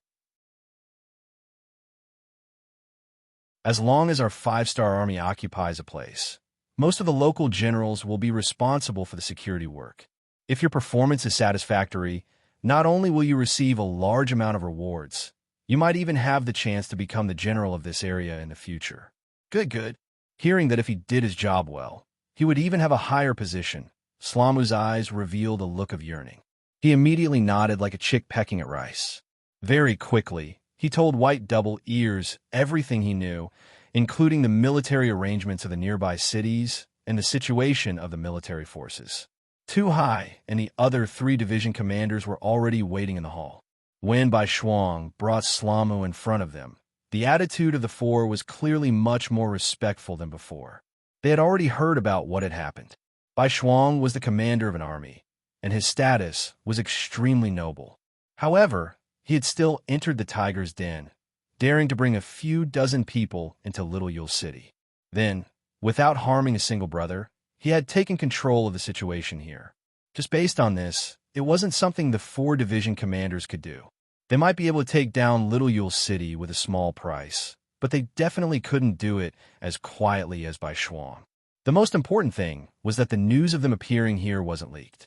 This gave them more time to prepare and choose, creating better conditions for the next attack. After Bai Shuang entered the hall, he noticed the attitude of the 4 division commanders. They were clearly more respectful. This made him very satisfied. He didn't expect these people to immediately submit to him, but as long as they didn't hinder him, he believed that his performance in the future would make them truly submit. "You're all here. Let me introduce you. This is General Slamu. He is now our friend and is willing to provide us with everything we need to know. He is also willing to cooperate with us. Now, let's ask him to explain the surrounding situation." Bai Shuang smiled and nodded at Slamu. He had already heard it once. Now that he had Slamu explain it again, it wasn't that Bai Shuang's memory was bad. On the contrary, he was very smart. The reason why he did this, other than letting the 4 division commanders understand the situation, he also wanted to test Slamu again and see if he introduced the same thing twice. Once he found a problem, he would properly explain it. Fortunately, Slamu really surrendered at this moment, so what he said was naturally true. 2 introductions, the language might be reversed, but the meaning didn't change. Bai Shuang finally relaxed. He looked at the 4 division commanders and said, "Now that everyone understands the situation, let's talk about what you all think. The East Army's a new 5th Army." After speeding up their march all the way to Lop Nur River, they went straight to Lop City in the southwest direction. Under the lead of Shi Wanshan, they advanced at a speed of a few hundred li per day. What they wanted was to take the enemy by surprise. They wanted to directly attack the enemy. According to Yang Qindong's request, they moved unhindered in the Yarqiang Kingdom, so that they didn't have time and energy to deal with the Turpan Kingdom. The five-star army's main force would be able to take over the Turpan Kingdom. The new army also bypassed Khaleesi City and came to the Iron Gate Pass behind it, cutting off the retreat of the Turpan Kingdom's army, making it a completely isolated city. It also forced Hardened Barter to send reinforcements. The strategy of encircling and attacking reinforcements has been formed. In the Turpan Kingdom, when all kinds of information were gathered through the radio, Yang Qindong was naturally very satisfied after reading it. It can be said that the performance of the three armies was better than he expected. They didn't care about the gains and losses of a city and only wanted to destroy the enemy's strength. This kind of strategic thinking was very advanced. He believed that when the enemy reacted, it would be too late for them to regret it. For now, let these three monkeys continue to cause trouble. When the time is right, it will be time for him to lead the army to battle. At this time, Yang Qindong's mood was very good. Beta Persei noticed this and hurriedly came over. Young master, you also have to take care of your body. Don't always be like this. If you have work, you can give it to others. Knowing that Beta Persei was concerned about him, Yang Qindong had a smile on his face. How could he not want to rest? But anyone who wanted to achieve such a big goal in a short period of time would have no time to rest. How is Division Commander Tian and Division Commander Ling doing? The two people he was talking about were the Division Commander of the 1st Cavalry Division, Tian Hu, and the Division Commander of the 4th Division, Ling Daqian. After the liberation, they received the order to liberate the Fire Province, Willow City, and other places around Turpan. As the capital of Turpan, there were many large cities and strategic towns around Turpan. It was just that because of the geographical location, they couldn't provide much protection. When Hardened Barter escaped, he didn't escape to those places, causing them to become isolated cities. For the safety of the rear, Yang Qindong decided to liberate these cities. Only then could he walk out of Turpan without any worries. When it came to the situation of these cities, Beta Persei's face immediately showed an excited expression. Young master, everything is going well. The Fire Province has been taken. So fast. Hearing that the Fire Province had been captured, Yang Qindong's eyes flashed with surprise. Tell me the details. Yes. We first sent people to the Fire Province to persuade them to surrender, but the effect was not good. Although they didn't kill people, because of the strength of our 5-star army, they threw the emissary out of the city, which angered the 2 division commanders. They divided the work, and the 4th Division blasted open the west gate of the Fire Province city with a few cannons. Then Division Commander Tian, who led the brave cavalry into the city. What followed was naturally a one-sided situation. The Fire Province city was broken in less than half a day. Most of the 20,000 Turpan soldiers guarding the city surrendered, and a few were killed. Now, the 2 division commanders are using the same method to go to Yanghire City. The news just came, and it seems that the problem can be solved peacefully. When talking about this, Beta Persei's face was full of joy. Clearly, this person was a warmonger in his bones. Yang Qindong was also very satisfied after hearing this. Yes, that's right. If we don't attack, then it's fine. If we move, then it's like a bolt of lightning. Don't give them a chance to fight back. Of course, if we can solve the problem without using a single soldier, then that's naturally the best. Yes, I'll immediately send someone to pass on the young master's order. Beta Persei knew that Yang Qindong was a person who loved his soldiers like his children. This was also because he didn't want to make too many sacrifices, so he immediately nodded. Then, seeing that Yang Qindong was indeed in a good mood, he tried to suggest, "Young master, today's official business is not so busy. Why don't we take a walk on the street? You don't know, but Turpan City is very lively right now."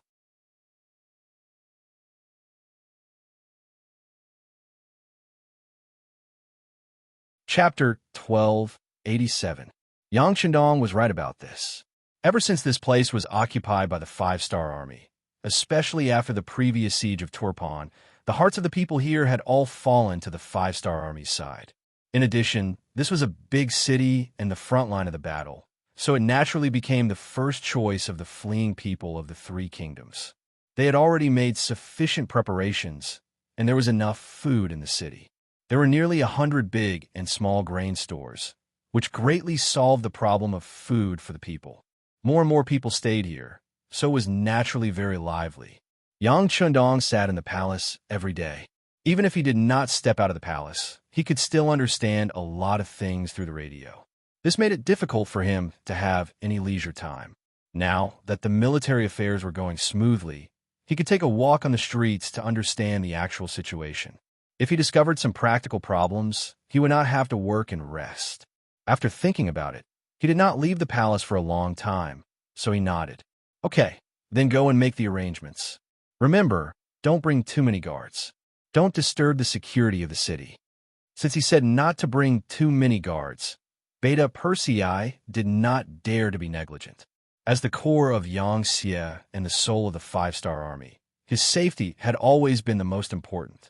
After Beta Persei got Yang Shandong's approval, he quickly went out and called the Longwei's first captain, Qiuvi, over. Then a team of 50 Longwei elites changed into casual clothes and prepared. This was only what could be seen. There were still 200 Longwei members who would follow outside. Once they found any problems, they would immediately appear and provide support.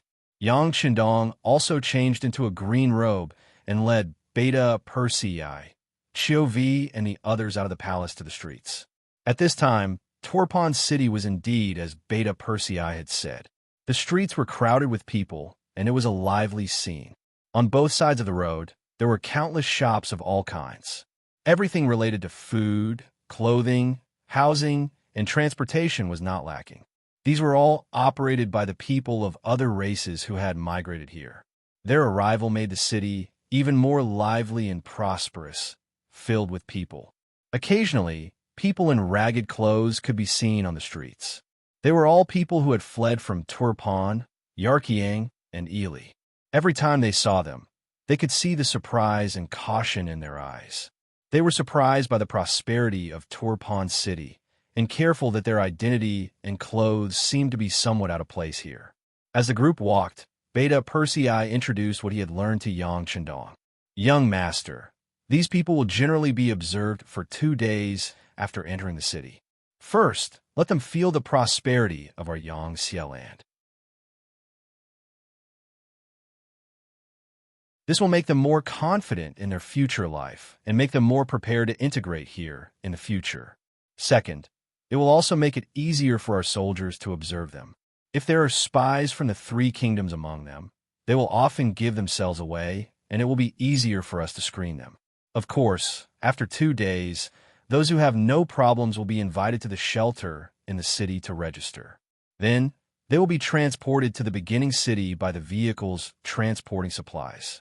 There, they will report to the logistics headquarters of Yangtze for resettlement and distribution. Yang Shandong listened silently and nodded from time to time. He doesn't pay too much attention to these things now. With Yangtze on the right track, he only needs to make decisions on some important matters. These matters will naturally be handled by specialized personnel. Sometimes, when they report the results, he may not even check them. Not bad. This is a good way to deal with it. The governor of the Far Eastern state, Chun Bo, sent a telegram a while ago saying that there is a large amount of newly open land that no one is planting. Moreover, the land there is very fertile. It is really too wasteful. Now that we need manpower, we can consider letting Yangtze send more people over. Listening to Yang Shandong's instructions, Beta Persei of course agreed and kept it in mind. At this time, he was not only the captain of Yang Shandong's guards, but also the butler, secretary, assistant, and other positions. It can be said that he has a high position and power, but he is also very busy. While they were talking, the road in front suddenly became very crowded. Looking from a distance, they could see that many people were gathered there, and it seemed that there were a lot of people. On the periphery, many Fifth-Star Army soldiers in military green uniforms were maintaining law and order. What's going on? With so many people crowded here, Yang Qindong asked with a slight frown. Go and ask around. Beta Persei didn't often go out of the palace, so he naturally didn't know. He ordered Xiao Vi beside him. Very quickly, the two quick-witted dragon guards rushed forward and returned after a short while. Because they were on the street, they didn't salute Yang Qindong. Instead, they cupped their hands and said, "Sixth young master, the female soldiers in the propaganda office are setting up a stage to perform a show. There are many people watching nearby." Oh, the propaganda office. Hearing this, Yang Qindong was also interested. He laughed and said with great interest, "Then let's go and take a look." "Okay, I'll arrange it." Beta Persei quickly agreed. Of course, he wouldn't let the young master and the people crowded together to watch the show. If that happened, safety would be a big problem. Immediately, he sent out a few people to look for a spot nearby. He had heard that as long as there was a performance, there would be good observation points in the nearby restaurants. Usually, these places would be occupied by the soldiers of the five-star army in advance to prevent people from causing trouble and causing problems in terms of safety. Not long after the Long Way left, they came back to report that they had found the third floor of a restaurant. The location was excellent and the view was excellent. The fifth-star army soldiers who were responsible for observing there had already withdrawn. They were only waiting for Yang Qindong to go. "Let's go." Yang Qindong also knew that with his current status, it was really not suitable for him to mingle with the people. At least, it was not possible in Turpan City, where the situation was not completely stable. So he nodded and let the Long Way lead him to a nearby restaurant. The third floor was high and looked down from above. It was the big stage of the propaganda office. From here, he could overlook everything. There were originally a few tables on the third floor, but they were completely empty at this moment. The table with the best view had a fruit plate placed on it. Yang Qindong naturally sat at the head of the table. He looked around and saw that the soldiers of the propaganda office were performing. There were many female soldiers among them, and all of them were young and beautiful. Their presence made the show even more attractive. Not long after Yang Qindong sat down, footsteps came from the stairs of the third floor, followed by soft greetings. Yang Qindong's ears were extraordinary, so he naturally heard it clearly. Everyone was calling the 8th vice captain. Needless to say, it must be Ba Daojiang, the vice captain of the Long Way 1st Brigade. It was Ba Daojiang. He was off duty today. He had just heard that Yang Qindong came out of the palace and came to the street, so he quickly rushed over. As soon as he entered the third floor and saw Yang Qindong sitting there, he immediately gave a standard military salute. "Okay, you're not wearing your military uniform, so there's no need to salute." Yang Qindong looked at Ba Daojiang with a satisfied gaze and nodded gently. Although Ba Daojiang was not the first person to follow Yang Qindong, he was an old man who had been here before the origin city was built. He had always been good and was responsible for Yang Qindong's safety. He had never neglected his duties. Yang Qindong's attitude towards such a person was naturally much more casual. Yang Qindong's tone was so casual. When Captain Xiao Vi heard it, he chuckled and then took the opportunity to tease him. "What's wrong, Vice Captain? You're here to escort the publicity department when you're on vacation. This is almost your second home. Is something good going to happen soon?" The burly Ba Daojiang suddenly blushed at this time, which was rare for him. He threw a look at Xiao Vi, telling him to shut up. Although Ba Daojiang was the vice captain, he had a very good relationship with Captain Xiao Vi. The two of them had gone through countless dangers and life-and-death situations together. Their relationship was not any worse than that of brothers. It was precisely because of this that some of his words could be said to be heard clearly by Xiao Vi. That was why he could make fun of him. Hearing this, Beta Persei and the Long Way could not help but laugh. Only Yang Qindong looked confused. "What are you talking about?" When Yang Qindong asked, the people below naturally did not dare to not answer. Beta Persei then whispered in front of him, "Young master, the situation is like this. Ba Daojiang has fallen in love with the publicity department's director, Shu Qing. At this time, he is stepping up his attack on the city." "Oh!" Yang Qindong, who heard the news, nodded as if he suddenly realized something. He was really too busy, so he naturally did not pay too much attention to the matters of the soldiers around him. However, Yang Chendong knew about Xue Qing. She was considered an old member of the publicity department and was also one of the subordinates that the sixth madam, Wan Xiaoyu, valued. He had some impression of this person. After being exposed, Ba Daojiang's face turned even redder. At this moment, he lowered his head, losing his usual vigor. Seeing this, Yang Chendong laughed. Men should get married when they are of age. What's there to be embarrassed about? I just don't know how your progress is. Don't embarrass Long Wei. Even Yang Chendong began to make fun of him. The Long Wei could not help but laugh. Ba Daojiang, whose face was even redder, stretched his neck and said, "Sixth young master, Xue Qing has a good impression of me, but she said that she is too busy with work now, so she wants to wait a while before discussing the marriage." Obviously, Ba Daojiang was afraid that others would look down on him, so he directly admitted it. "Oh, then there's no problem. Not bad." Hearing this answer, Yang Chendong knew that this was a matter of mutual consent. He thought that since he had nothing to do, he might as well be the matchmaker for another month.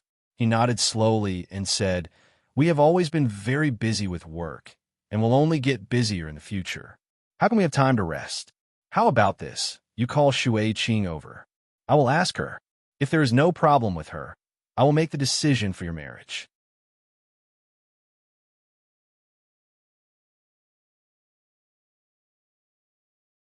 Chapter 1288.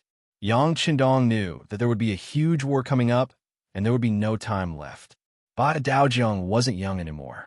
He might as well take this opportunity to settle the matter.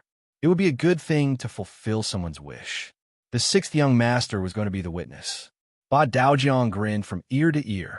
Xiu Vi, who was standing at the side, saw that his deputy only knew how to smile and didn't do anything. He couldn't help but kick him. "What are you waiting for? Hurry up and invite Miss Xue Qing over." "Oh, I'll go right away." Ba Daojiang, who had regained his senses, immediately agreed. He then turned around and disappeared from the third floor. Seeing how anxious he was, the Long Wei crowd burst into laughter.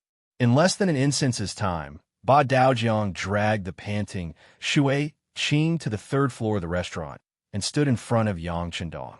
Xue Qing was originally organizing a performance downstairs. Previously, she was the publicity director of the Origin City region. Now, she was promoted to the publicity director of the entire grassland region. There were many things that she needed to do every day. When Ba Daojiang suddenly appeared by her side, she was both happy and surprised. When Ba Daojiang first appeared by her side and expressed his desire to pursue her, Xue Qing also fell in love with this honest man. Later on, because of work, the two of them spent more time apart than together. However, this didn't dilute their feelings for each other. Instead, it made them feel like they were newlyweds every time they met. Later on, when the two of them were talking about marriage, Ba Daojiang even said that he would find a chance to report this matter to the sixth young master and invite him to be the witness. Regarding this matter, Xue Qing only listened to it for a while. What kind of person was the sixth young master? How many things did he have to do every day? How would he have the time to deal with these small matters? Although Ba Daojiang was the vice captain of the Black Cavalry 1st Platoon and could be considered one of Yang Chendong's men, she didn't have any illusions. She didn't expect that Ba Daojiang would suddenly appear just now. Xue Qing thought that he missed her again, just when she was overjoyed, but because she was too busy with work, Ba Daojiang suddenly grabbed her hand. Then, the two of them ran out in front of all the people backstage of the publicity department. Although Xue Qing had long acknowledged her relationship with Ba Daojiang and thought that she was his woman for the rest of her life. However, the wedding banquet had not been held yet, and the two of them were still scrupulously abiding by their identities. They had never had any physical intimacy. Now that her hand was grabbed in front of everyone, she blushed. When she finally reacted, her expression became even better. At the same time, she blamed Ba Daojiang and asked him to let go of her hand and let her go. "All right, let's not worry about other things at this time. The sixth young master is waiting for us upstairs. Let's go." Ba Daojiang knew what Shui Qing was thinking. Women were always shy. However, he really didn't have time to wait. Who knew if there would be some urgent matter that would call the sixth young master back? If that was the case, he would miss a great opportunity. Just now, the platoon leader took the opportunity to tell the sixth young master about him. This kind of opportunity was hard to come by.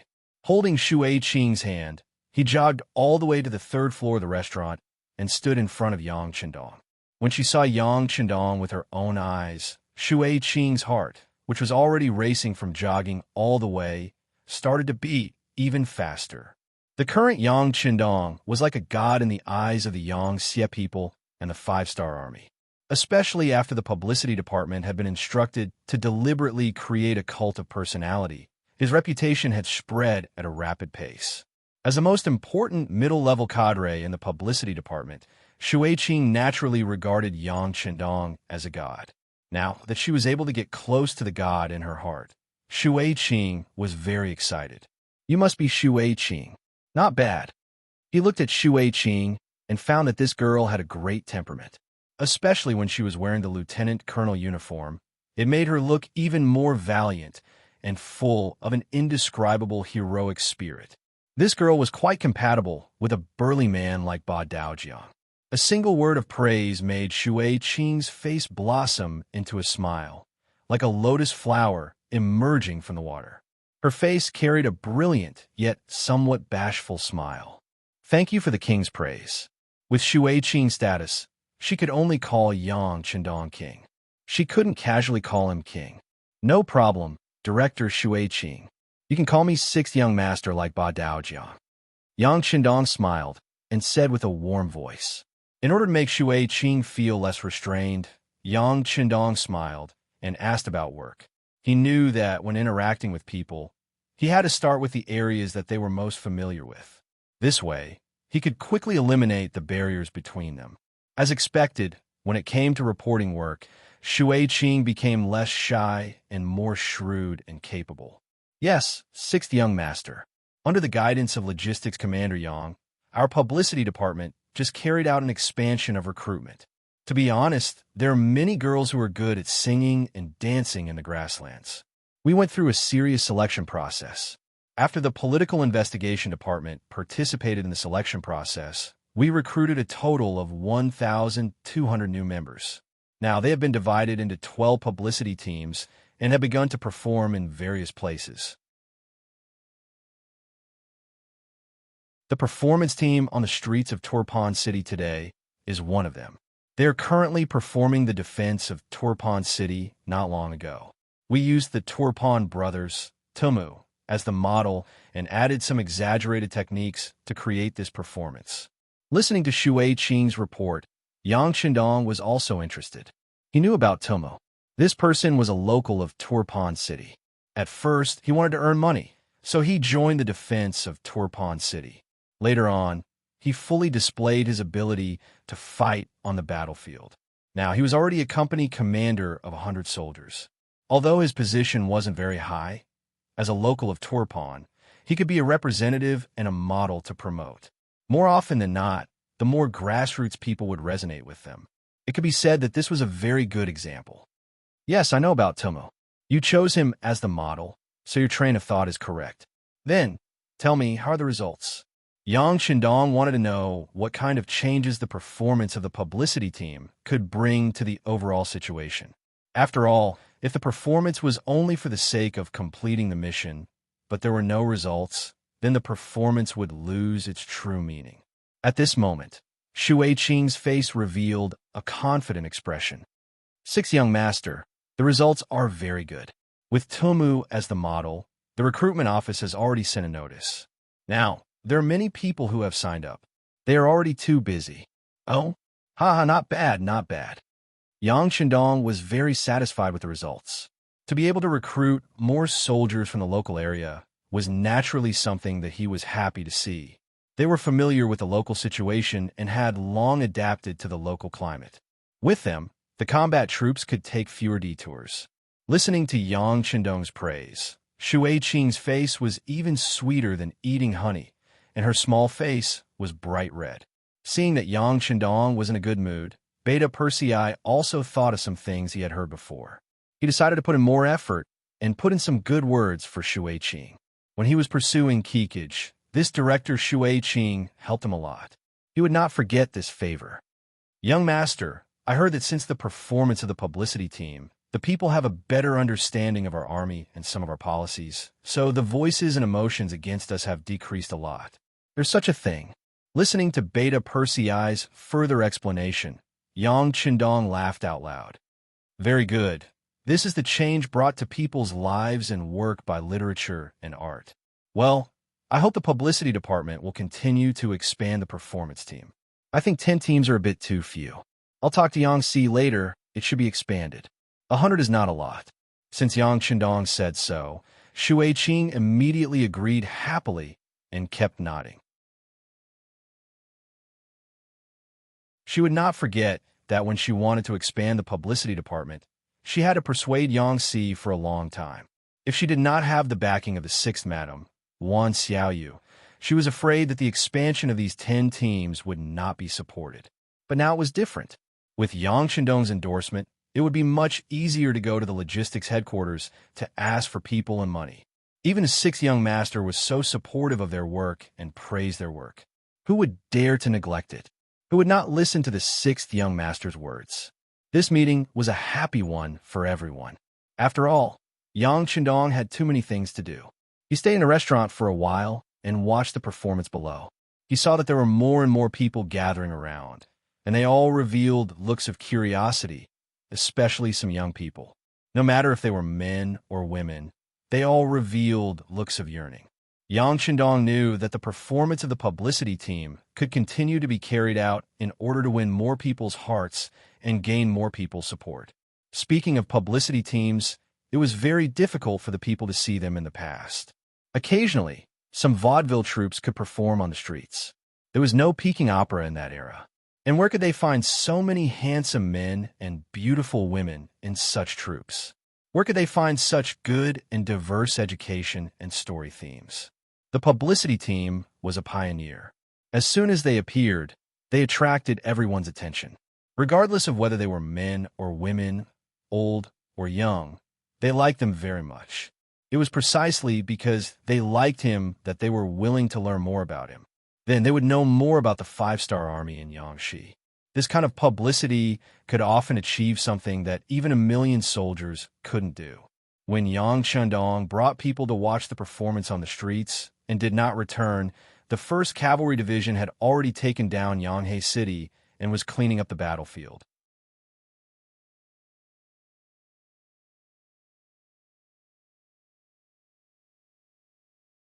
Chapter 1289. The newly appointed commander of the 4th Regiment, Su Kuda, looked at the corpses of the Turpan soldiers strewn about in front of him and felt a wave of dizziness. If his memory served him right, the battle had only lasted for an hour, but the 7,000 Turpan soldiers in the city had been utterly defeated. Just the 4th Regiment that he led had killed over 400 of the enemy, capturing close to 1,000. The most inconceivable thing was that not a single one of his soldiers had died in battle. Only 4 of them had been injured, and most of them were light injuries. They only needed to be treated before they could return to the battlefield. This was completely different from the bloody battle he had imagined. Although before the 1st Cavalry Division had entered the city, Lung Feng and the 4th Regiment had already used their cannons to blast through the city gates, preventing them from bearing the burden of sieging the city. But after entering the city, the performance of the cavalry under him was simply too valiant. Any Turpan soldier in front of them was easily defeated by a single charge, to the point that the enemy did not even have the strength to retaliate. Rather than calling it a battle, it was more accurate to call a massacre. He had long heard that the 1st Cavalry Division was the most valiant cold weapon unit in the 5-star army. But having experienced it personally, he could not imagine it to be so valiant. In comparison, he felt that the victories he had won in the past did not count as much. In fact, they could not even be called great victories and could only be described as obvious victories. Sukuda couldn't be blamed for this. In the past, he had led an army of foreign races. Although there were some soldiers with good physical fitness, they didn't have much organization. It was difficult for them to coordinate well in battle. Yang Shindong also didn't give them more time to train. He simply let these soldiers search for experience on the battlefield. With the mentality of eliminating sand from the waves, this kind of army often didn't have much fewer casualties than the enemy. After spending so much time with such an army, it would be strange if he was not surprised to see the strength of the 1st Cavalry Division. While he was still in a daze, a cavalry unit came over from the side. The leader was the 5th Regiment commander, Gong Feng. As the two regiments were not far from each other, he had also noticed Su Kuda's performance. Gong Feng was curious about this regiment commander who had fallen from the position of commander and had his own opinions. Gong Feng believed that Su Kuda was only punished because he had done something wrong. He still had a bright future ahead of him. Otherwise, he wouldn't have been demoted to a regiment commander, but directly handed over to the disciplinary investigation department. Besides, this was the position of the commander of the 1st Cavalry Division. In his opinion, the value of this position was no less than that of an ordinary division commander. In fact, it might even be better. Su Keita wouldn't lose out much by coming here. Unlike them, this person would leave this place soon. After all, someone who was chosen by the 6th Young Master to be the commander of an army must have extraordinary ability in commanding an army. Since that was the case, there were only benefits and no disadvantages to befriending this person. Regiment Commander Su, the battlefield should be pretty much cleaned up, right? Using the opportunity when the team walked past the 4th Regiment, Gong Feng casually spoke. "Oh, it's Regiment Commander Gong. Is your 5th Regiment done?" Seeing that it was Gong Feng who was speaking to him, Su Kuda didn't dare to be negligent. He knew that other than himself, the other 4 regimental commanders were all very powerful. In terms of commanding ability, they weren't any worse than him. And it's done. You can also hurry up here. In fact, cleaning up the battlefield this time is relatively simple. The Mongol army from that day has already arrived. Let them take over. Our 1st Cavalry Division needs to show our might on the battlefield. There's no need to be serious about cleaning up the battlefield. Gong Feng said with his experience. Then he nodded at Su Kuda and led the team away. Looking at Gong Feng's departing figure, Su Kuda thanked him. Gong Feng had come to give him advice. It seems that he would have to learn how to adapt in the future. Of course, he knew that he wouldn't be here for too long. This could be seen from the attitude of Division Commander Tian, Hu, and the other regimental commanders towards him. They were very polite to him, to the point that they treated him as a guest and not one of their own. Su Kuda naturally wouldn't think that he could integrate into the enemy's camp in such a short time. What he needed to do now was to use all the time he had to learn the strengths of the 1st Cavalry Division. One day, when he was leading an army by himself, he should have a big change and a better performance. After the Black Goat City was successfully broken through, the next target was Willow City. When the 4th Division of Lung Feng once again moved the cannons to the city gates, unexpectedly, they actually surrendered. The 12,000 Turkmen soldiers in the city all came out of the city and surrendered. Obviously, whether it was the Fire Province or the Black Goat City, they all knew that the strength of the 5-star army in front of them wasn't something that they could stop. Rather than losing their lives in the end, it was better to surrender now and at least keep one life. Following the capture of Willow City, in the entire east of Turkmenistan, other than the ruined city near the Han-Hai Sea, there were no other Turkmen forces. Even this city only had 2,000 soldiers. Any one of them would be able to take it down. After dealing with the security threat in the east, Yang Qindong also needed to consider sending troops to Turkmenistan. It was time to completely destroy the Turkmenistan forces. He had this plan a long time ago. Once the various forces were in place, Yang Qindong would personally lead the troops out of Turkmenistan and begin his conquest of the Ili region. It was also at this time that the 250,000 troops of the Kazakh and Aries dynasty arrived in the Ili region. Their appearance increased the confidence of the 3 Turkmenistan countries to go against the 5-star army. After leaving Turpan, Yang Qindong decided to fight his first battle at Sabashi City, another large city in Turpan that was heading south. Based on the Intel Department's intel, there were 15,000 Turkmen soldiers in Subbashi city. They had already made preparations to defend the city. There was enough grain in the city, and there were huge rocks, logs, and kerosene on the city walls. They were just waiting for the 5-star army to arrive and teach them a lesson. The morale of an army depended on whether they won the battle or not. Let's put it this way. If they were defeated in a few battles, any army would face a situation where their morale was low. If there was even the slightest movement, it was very likely that they would collapse. Subbashi city was the first line of defense that Harden Bartle had left for the 5-star army. He did not even hope that the city could be defended. As long as he could delay for a period of time and make it difficult for the 5-star army, it would be considered a victory. This way, once winter arrived, the 5-star army would have no choice but to stop attacking. He wanted to see how long the 5-star army could stay here. In short, Harden Bartle was using the word holding back. He would not take the initiative to fight the 5-star army. He wanted to use the cities one by one to slow down the 5-star army's advance. Once the 5-star army's main force dared to go around these cities, he would find a way to cut off the enemy's logistical supply and force the enemy to retreat. Unlike the new army and the other 3 armies, the 5-star army's original goal was not to attack cities.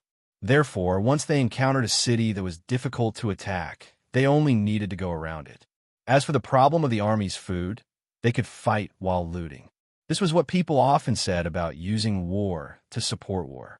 Although they were both part of the 5-star army, Yang Shandong's main force could not do this.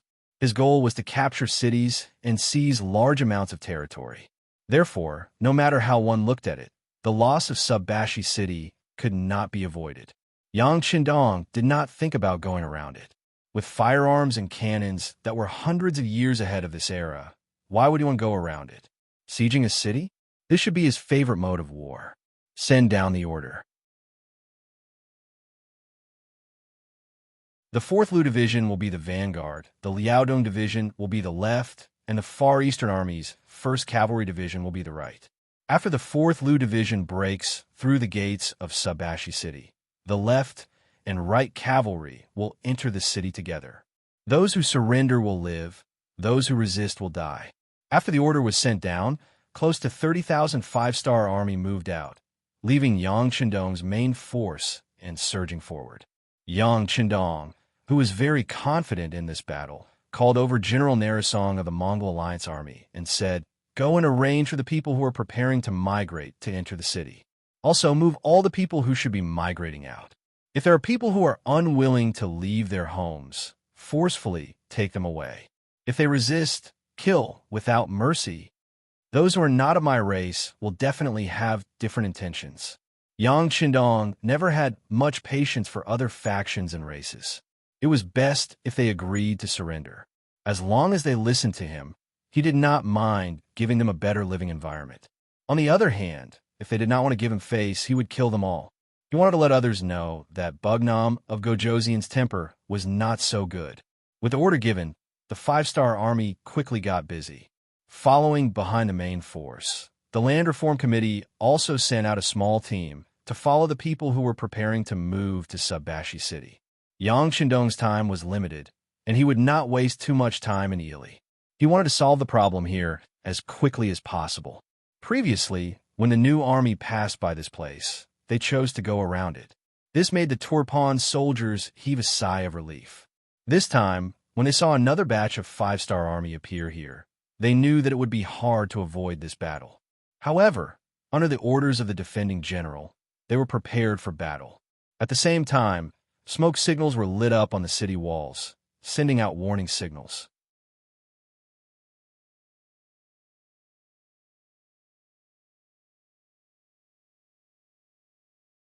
Chapter 1290. The current situation of the Turpan army was extremely bad, to the point of being somewhat miserable. In their own territory, they couldn't even communicate with each other. The only way to contact each other was to use smoke signals to determine whether they were in danger or not. This naturally had a lot to do with the fact that the new army was attacking everywhere. They did not focus on attacking cities, but rather on reducing the enemy's strength. The new Third Army had regiments and even battalions as units. Once they found a Turpan army, they would appear from all directions to surround and annihilate them. As time passed, the Turpan army could only hole up in their cities, not daring to take half a step out. They did not even dare to leave their cities, nor did they have the communication devices of the five-star army. Right now, they were like fat lambs in a pen, waiting to be slaughtered. As the smoke signals rose, the city walls of Sabashi were filled with Turpan soldiers. They had even learned from the five-star army's experience in defending Turpan, gathering the civilians who had not fled. They wanted to borrow the strength of the civilians to defend the city. However, unlike the five-star army, they did not provide any benefits to the civilians. They were completely using the situation of grabbing able-bodied men to chase the civilians to the city walls. This method of using the civilians as cannon fodder naturally attracted the curses of the civilians. Tawashuan City wasn't a small city. It could be considered one of the most important cities in the Turpan Kingdom. However, because it was too close to the main force of the five-star army, the Turpan soldiers had long fled. There were no civilians left in the city. The moment the five-star army arrived, they were able to move in smoothly. The largest mansion in the city also became Yang Chendong's temporary resting place. Before the residence could be completely cleaned up, the battle report from the front lines was sent over by Wang Shan. When Yang Chendong saw the contents of 4th Master Lu's report, he couldn't help but laugh heartily. His face was filled with joy as he said, "This is really like the saying, if you don't seek death, you won't die." The Turpan soldiers are forcing the civilians like this. How can they still have the hearts of the people? Once the hearts of the people turn against us, we can save a lot of trouble by occupying this place. Beta Persei at the side also saw the telegram and nodded in agreement. That's right. It seems that the Turpan army does not treat the civilians as humans at all. This will cause the civilians to riot. They're shooting themselves in the foot. After saying this, Beta Persei had a worried look on his face. He continued, "There are so many civilians on the city walls. Are we still going to continue running?" "Of course." Yang Chendong said with an extremely confident tone, "Right now, the civilians are not our civilians. We have no obligation to ensure their safety. If they wanted to blame someone, they could only blame themselves for following the wrong master. If they wanted to blame someone, they could only blame themselves for not escaping from Supa City in time. Send an order, Division Commander to Chong. Tell him not to have any misgivings and to proceed with the original plan." In doing so, the lives of some civilians would naturally be sacrificed, but this was not in Yang Chendong's eyes. If it had to be said, he was a staunch nationalist.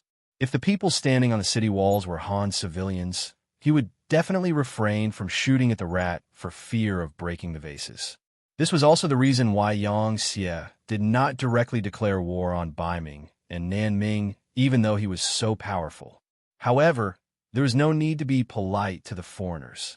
The deaths of these civilians would be blamed on the Turpan government. After the unexpected situation occurred, Division Commander Chong had no choice but to report it, but he did not stop the work at hand. The muzzles of the cannons that should be adjusted were already in place.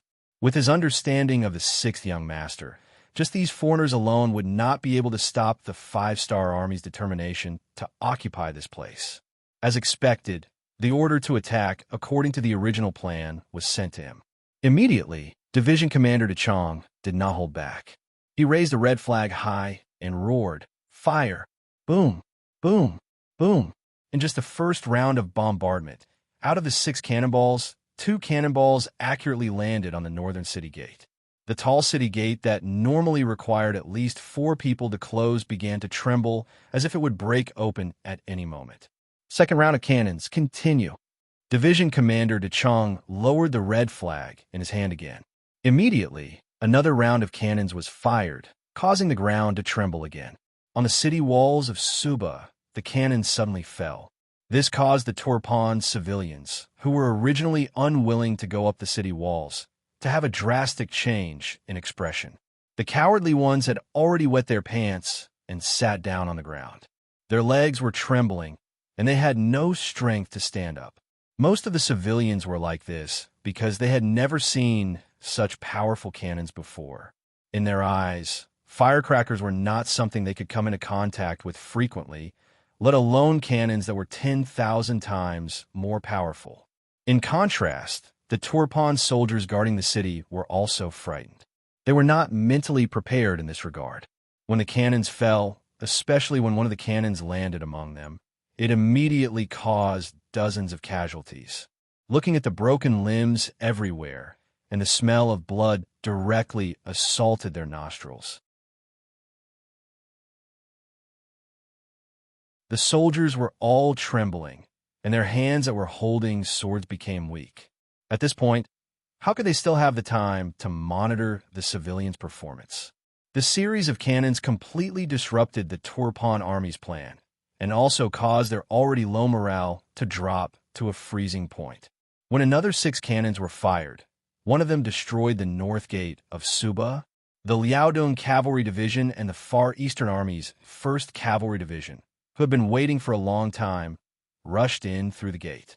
When the battle cries rang out in all directions, the soldiers' last line of defense completely collapsed. At this moment, most of them did not fight with their weapons. Instead, they threw down the weapons in their hands and turned to flee. This was not a battle strategy of this era, and it caused their confidence to be completely destroyed. In their hearts, an indelible thought was formed. The 5-star army was not human and could not be defeated. The 2 divisions of cavalry smoothly entered Subbashi city from the north gate. The cannons also stopped firing, but the chaos in the city did not stop. They did not expect the 5-star army to arrive in front of them so quickly, and the Turpan soldiers in the city did not make any preparations. As a result, the 5-star army cavalry charged in all directions, and unless they threw down their weapons and surrendered, they were all killed by the brave 5-star army cavalry soldiers. There was almost no resistance, and Suba was conquered by the 5-star army. They captured and injured over 10,000 enemies, and saved over 30,000 civilians. From the start of the cannons to the end, it only took 6 hours. When the news of victory reached Yang Chendong, he waved his arms and said excitedly, "There is no need to pack up anymore. We will set off now and head to Suba. At the same time, we will inform the 4th Division and the rest of the front line to continue forward. Our next target is Kunlui City." Under the lead of Commander Bai Shuang, the 1st Army understood more about the situation in the Ili region through Slam. After discussing with the 4 division commanders, they finally gave up on Dayu City and chose to charge towards Nalanda City. Under the meticulous planning, Slam introduced the grain merchants to Nalanda City. Under the same method, they took another city without any bloodshed. It could be said that their progress was extremely fast. When they were about to take the city of Tel Hala, the news finally leaked out. After all, this was already within the borders of the Ili Empire. Their spies were everywhere, and it was impossible for the 30,000-strong 1st Army of the Outsiders to remain completely silent. The city gates of Tel Hala in front of them suddenly closed, the city towers filled with soldiers. When the news reached Bai Shuangji's ears, he immediately made the decision to bring the army and the provisions he plundered from the 2 cities to attack.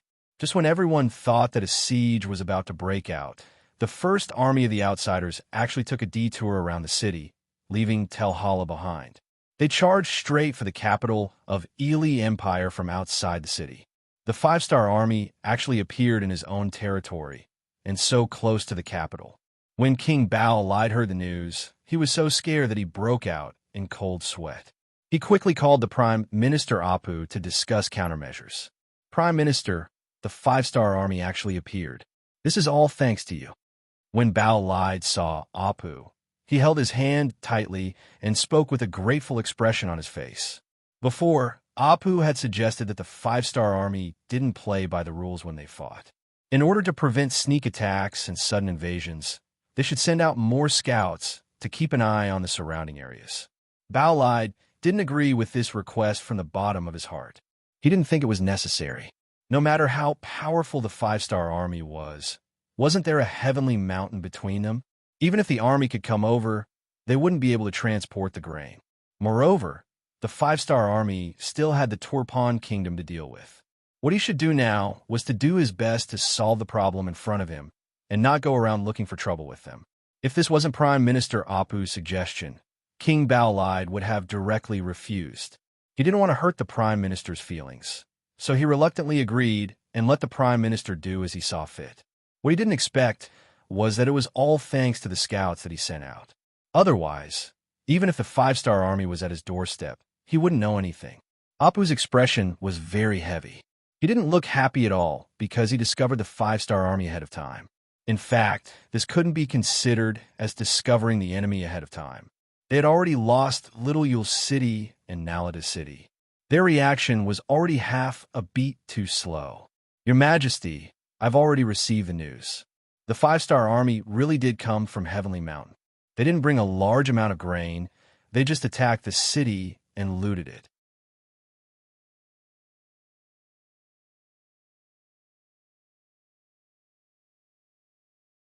Chapter 1291. What? How can they be so bold?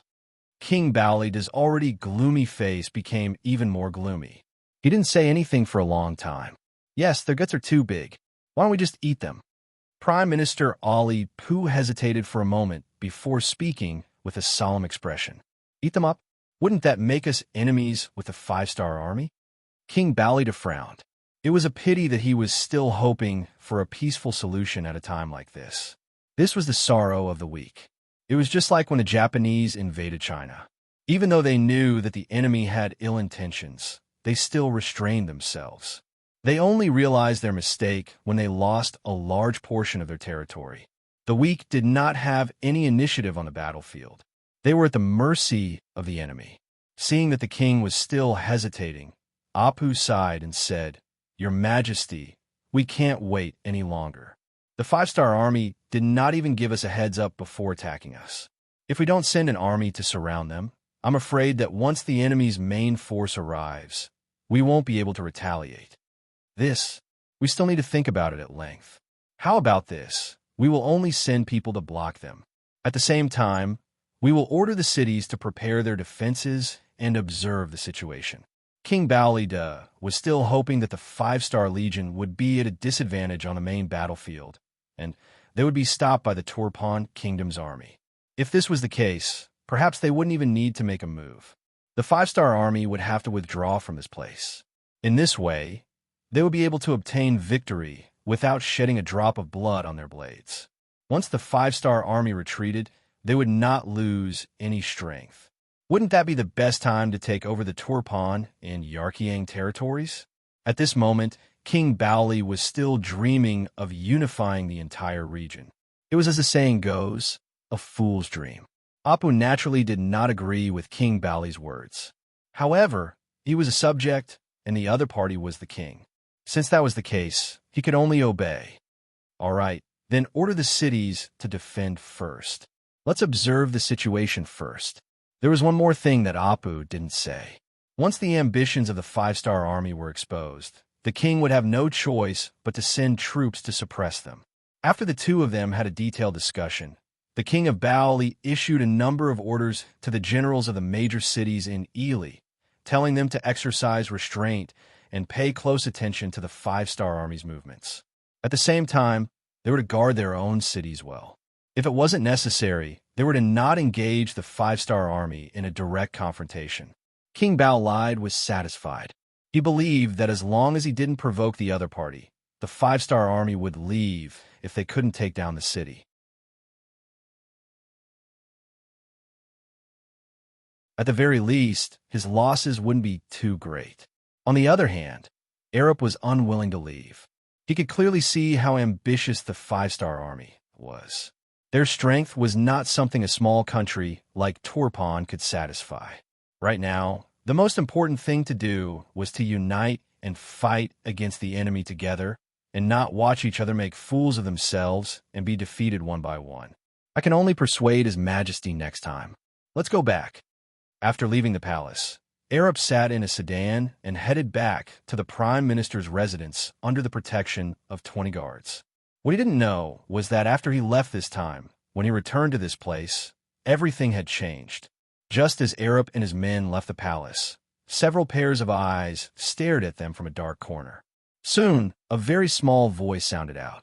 The target has left the palace and is heading back to his own residence. Tell everyone to be prepared. The journey from the royal palace to the prime minister's residence was about 6 li. Along the way, they had to pass through a rather remote street. Here, this street was filled with dozens of black shadows. All of them only had one goal, and that was the slowly approaching palanquin. Arup sat in the sedan with his eyes closed and a worried expression on his face. The king's reaction and point of view were very different from his, and this made him very vexed. He had always believed that he was the enemy. When facing the ambitious 5-star army, it was fine if he didn't make a move, but if he did, he had to make sure that he hit the enemy with a heavy blow. Only then could he make the enemy feel pain and retreat. Although doing this might lead to the retaliation of the 5-star army, if he didn't do this, would they let him off so easily? The 5-star army's strategic intentions were very clear. They had set their sights on this piece of land and wanted to occupy it. This created an irreconcilable conflict between the two sides. Since this was the case, what difference did it make if they started the war a day earlier or a day later? If they didn't take advantage of the fact that the enemy had yet to gain a firm foothold and missed this opportunity, they might not have another chance like this in the future. No, I have to persuade His Majesty in the future that he can't be soft on the 5-star army. The enemy only has 30,000 cavalry. As long as he plans well, with the geographical advantage, it won't be difficult to mobilize 100,000 cavalry. At that time, with an absolute advantage in numbers, victory will be within reach. As he muttered to himself, several military plans began to take shape in Apol's mind. Clang, clang. The palanquin suddenly fell to the ground without any warning. Alapu, who was deep in thought, lost his balance and nearly fell out of the palanquin. The sudden change caused his expression to change. He immediately shouted angrily, "What's going on?" Although Apol's temperament was good and he took good care of the people around him, anyone would be angry after being tossed around like this. He was also an exception. After shouting angrily, he wanted to lift the palanquin to check. But before he could do anything, the palanquin's curtains opened from the outside and a very unfamiliar face appeared. After carefully sizing up the shocked Apu, the corners of his mouth curled up slightly. That's right. We can verify his identity now. Take him away. What did he mean by verifying his identity? Apol didn't quite understand, but he knew it wasn't anything good. When he thought of the fact that he was in the middle of the city and there should be soldiers patrolling around, he wanted to shout loudly to attract more people. But his actions were already under the eyes of the stranger. He saw an arm coming at him through the air, then his neck stiffened. His body fell to the side and he lost consciousness. Just like that, Prime Minister Apol was taken away. More than an hour later, a group of patrolling soldiers passed by and saw the sedan. After confirming that it belonged to the Prime Minister, they immediately sent people to investigate. It didn't take long for the news of Prime Minister Apol's disappearance to reach the palace. Soon, King Baolide's shouts could be heard. Find him. Find him even if you have to dig 3 feet into the ground. These shouts caused the generals who came to report to tremble and complain inwardly. But if they knew that Apol had already been sent out of the capital by the intelligence department, they wouldn't be complaining, they would be crying for help. Soon, the news reached the ears of Yang Chendong, who was on his way to Kunlo City. His expression didn't change, and he said in a thick voice, "Understood, tell Chuisho to protect Apol's safety. This person is very useful." This matter was arranged by Yang Chendong. To be able to become a famous prime minister, there are many records in history. Such a person, Yang Chendong, has a lot of scruples in his heart. Of course, he wouldn't underestimate such an opponent. So he sent Chuisho to lead ninjas to carry out the kidnapping plan. The operation code was called Needle Extraction. Sure enough, they didn't disappoint. The ninjas who dared to fully submit to the prime minister were able to do such a thing without anyone noticing. After contacting the local situation team, they quickly made a targeted plan. A burst of poisonous smoke was scattered, and the whole operation didn't cause any commotion. Without Apol's protection, it was like a bird that lost a wing. The threat it posed was greatly reduced. This also created more opportunities for Bai Shuang's First Army's military plan. For example, after receiving the king's order, the cities of the Yi Empire were all in a state of self-defense. Their gates were tightly closed, and they looked like they were on the verge of death. But what they didn't know was that Shuangbai never intended to attack a city. Even when he took over Little Yule City, it was only to replenish his food supplies. Their main task was to cause destruction, to disrupt the social order of the Yi Empire, and to attack their strength. Some large cities have the help of their gates, which can be closed for defense. But some villages and towns can't, and these places became the targets of the First Army. They rode fast horses and rushed into the houses of large families. But whenever they encountered resistance, they would kill without mercy. After creating one bloody case after another, they would even open the granaries of the rich families. Apart from taking away some of the things that they needed, they would leave the rest untouched, allowing the wind to blow on them, allowing the sun to shine on them, and allowing the ordinary people around to spy on them. At first, the commoners were afraid of the power of these large families, so they didn't dare act rashly. But one day passed, 2 days passed, and some of the more daring people entered the manor.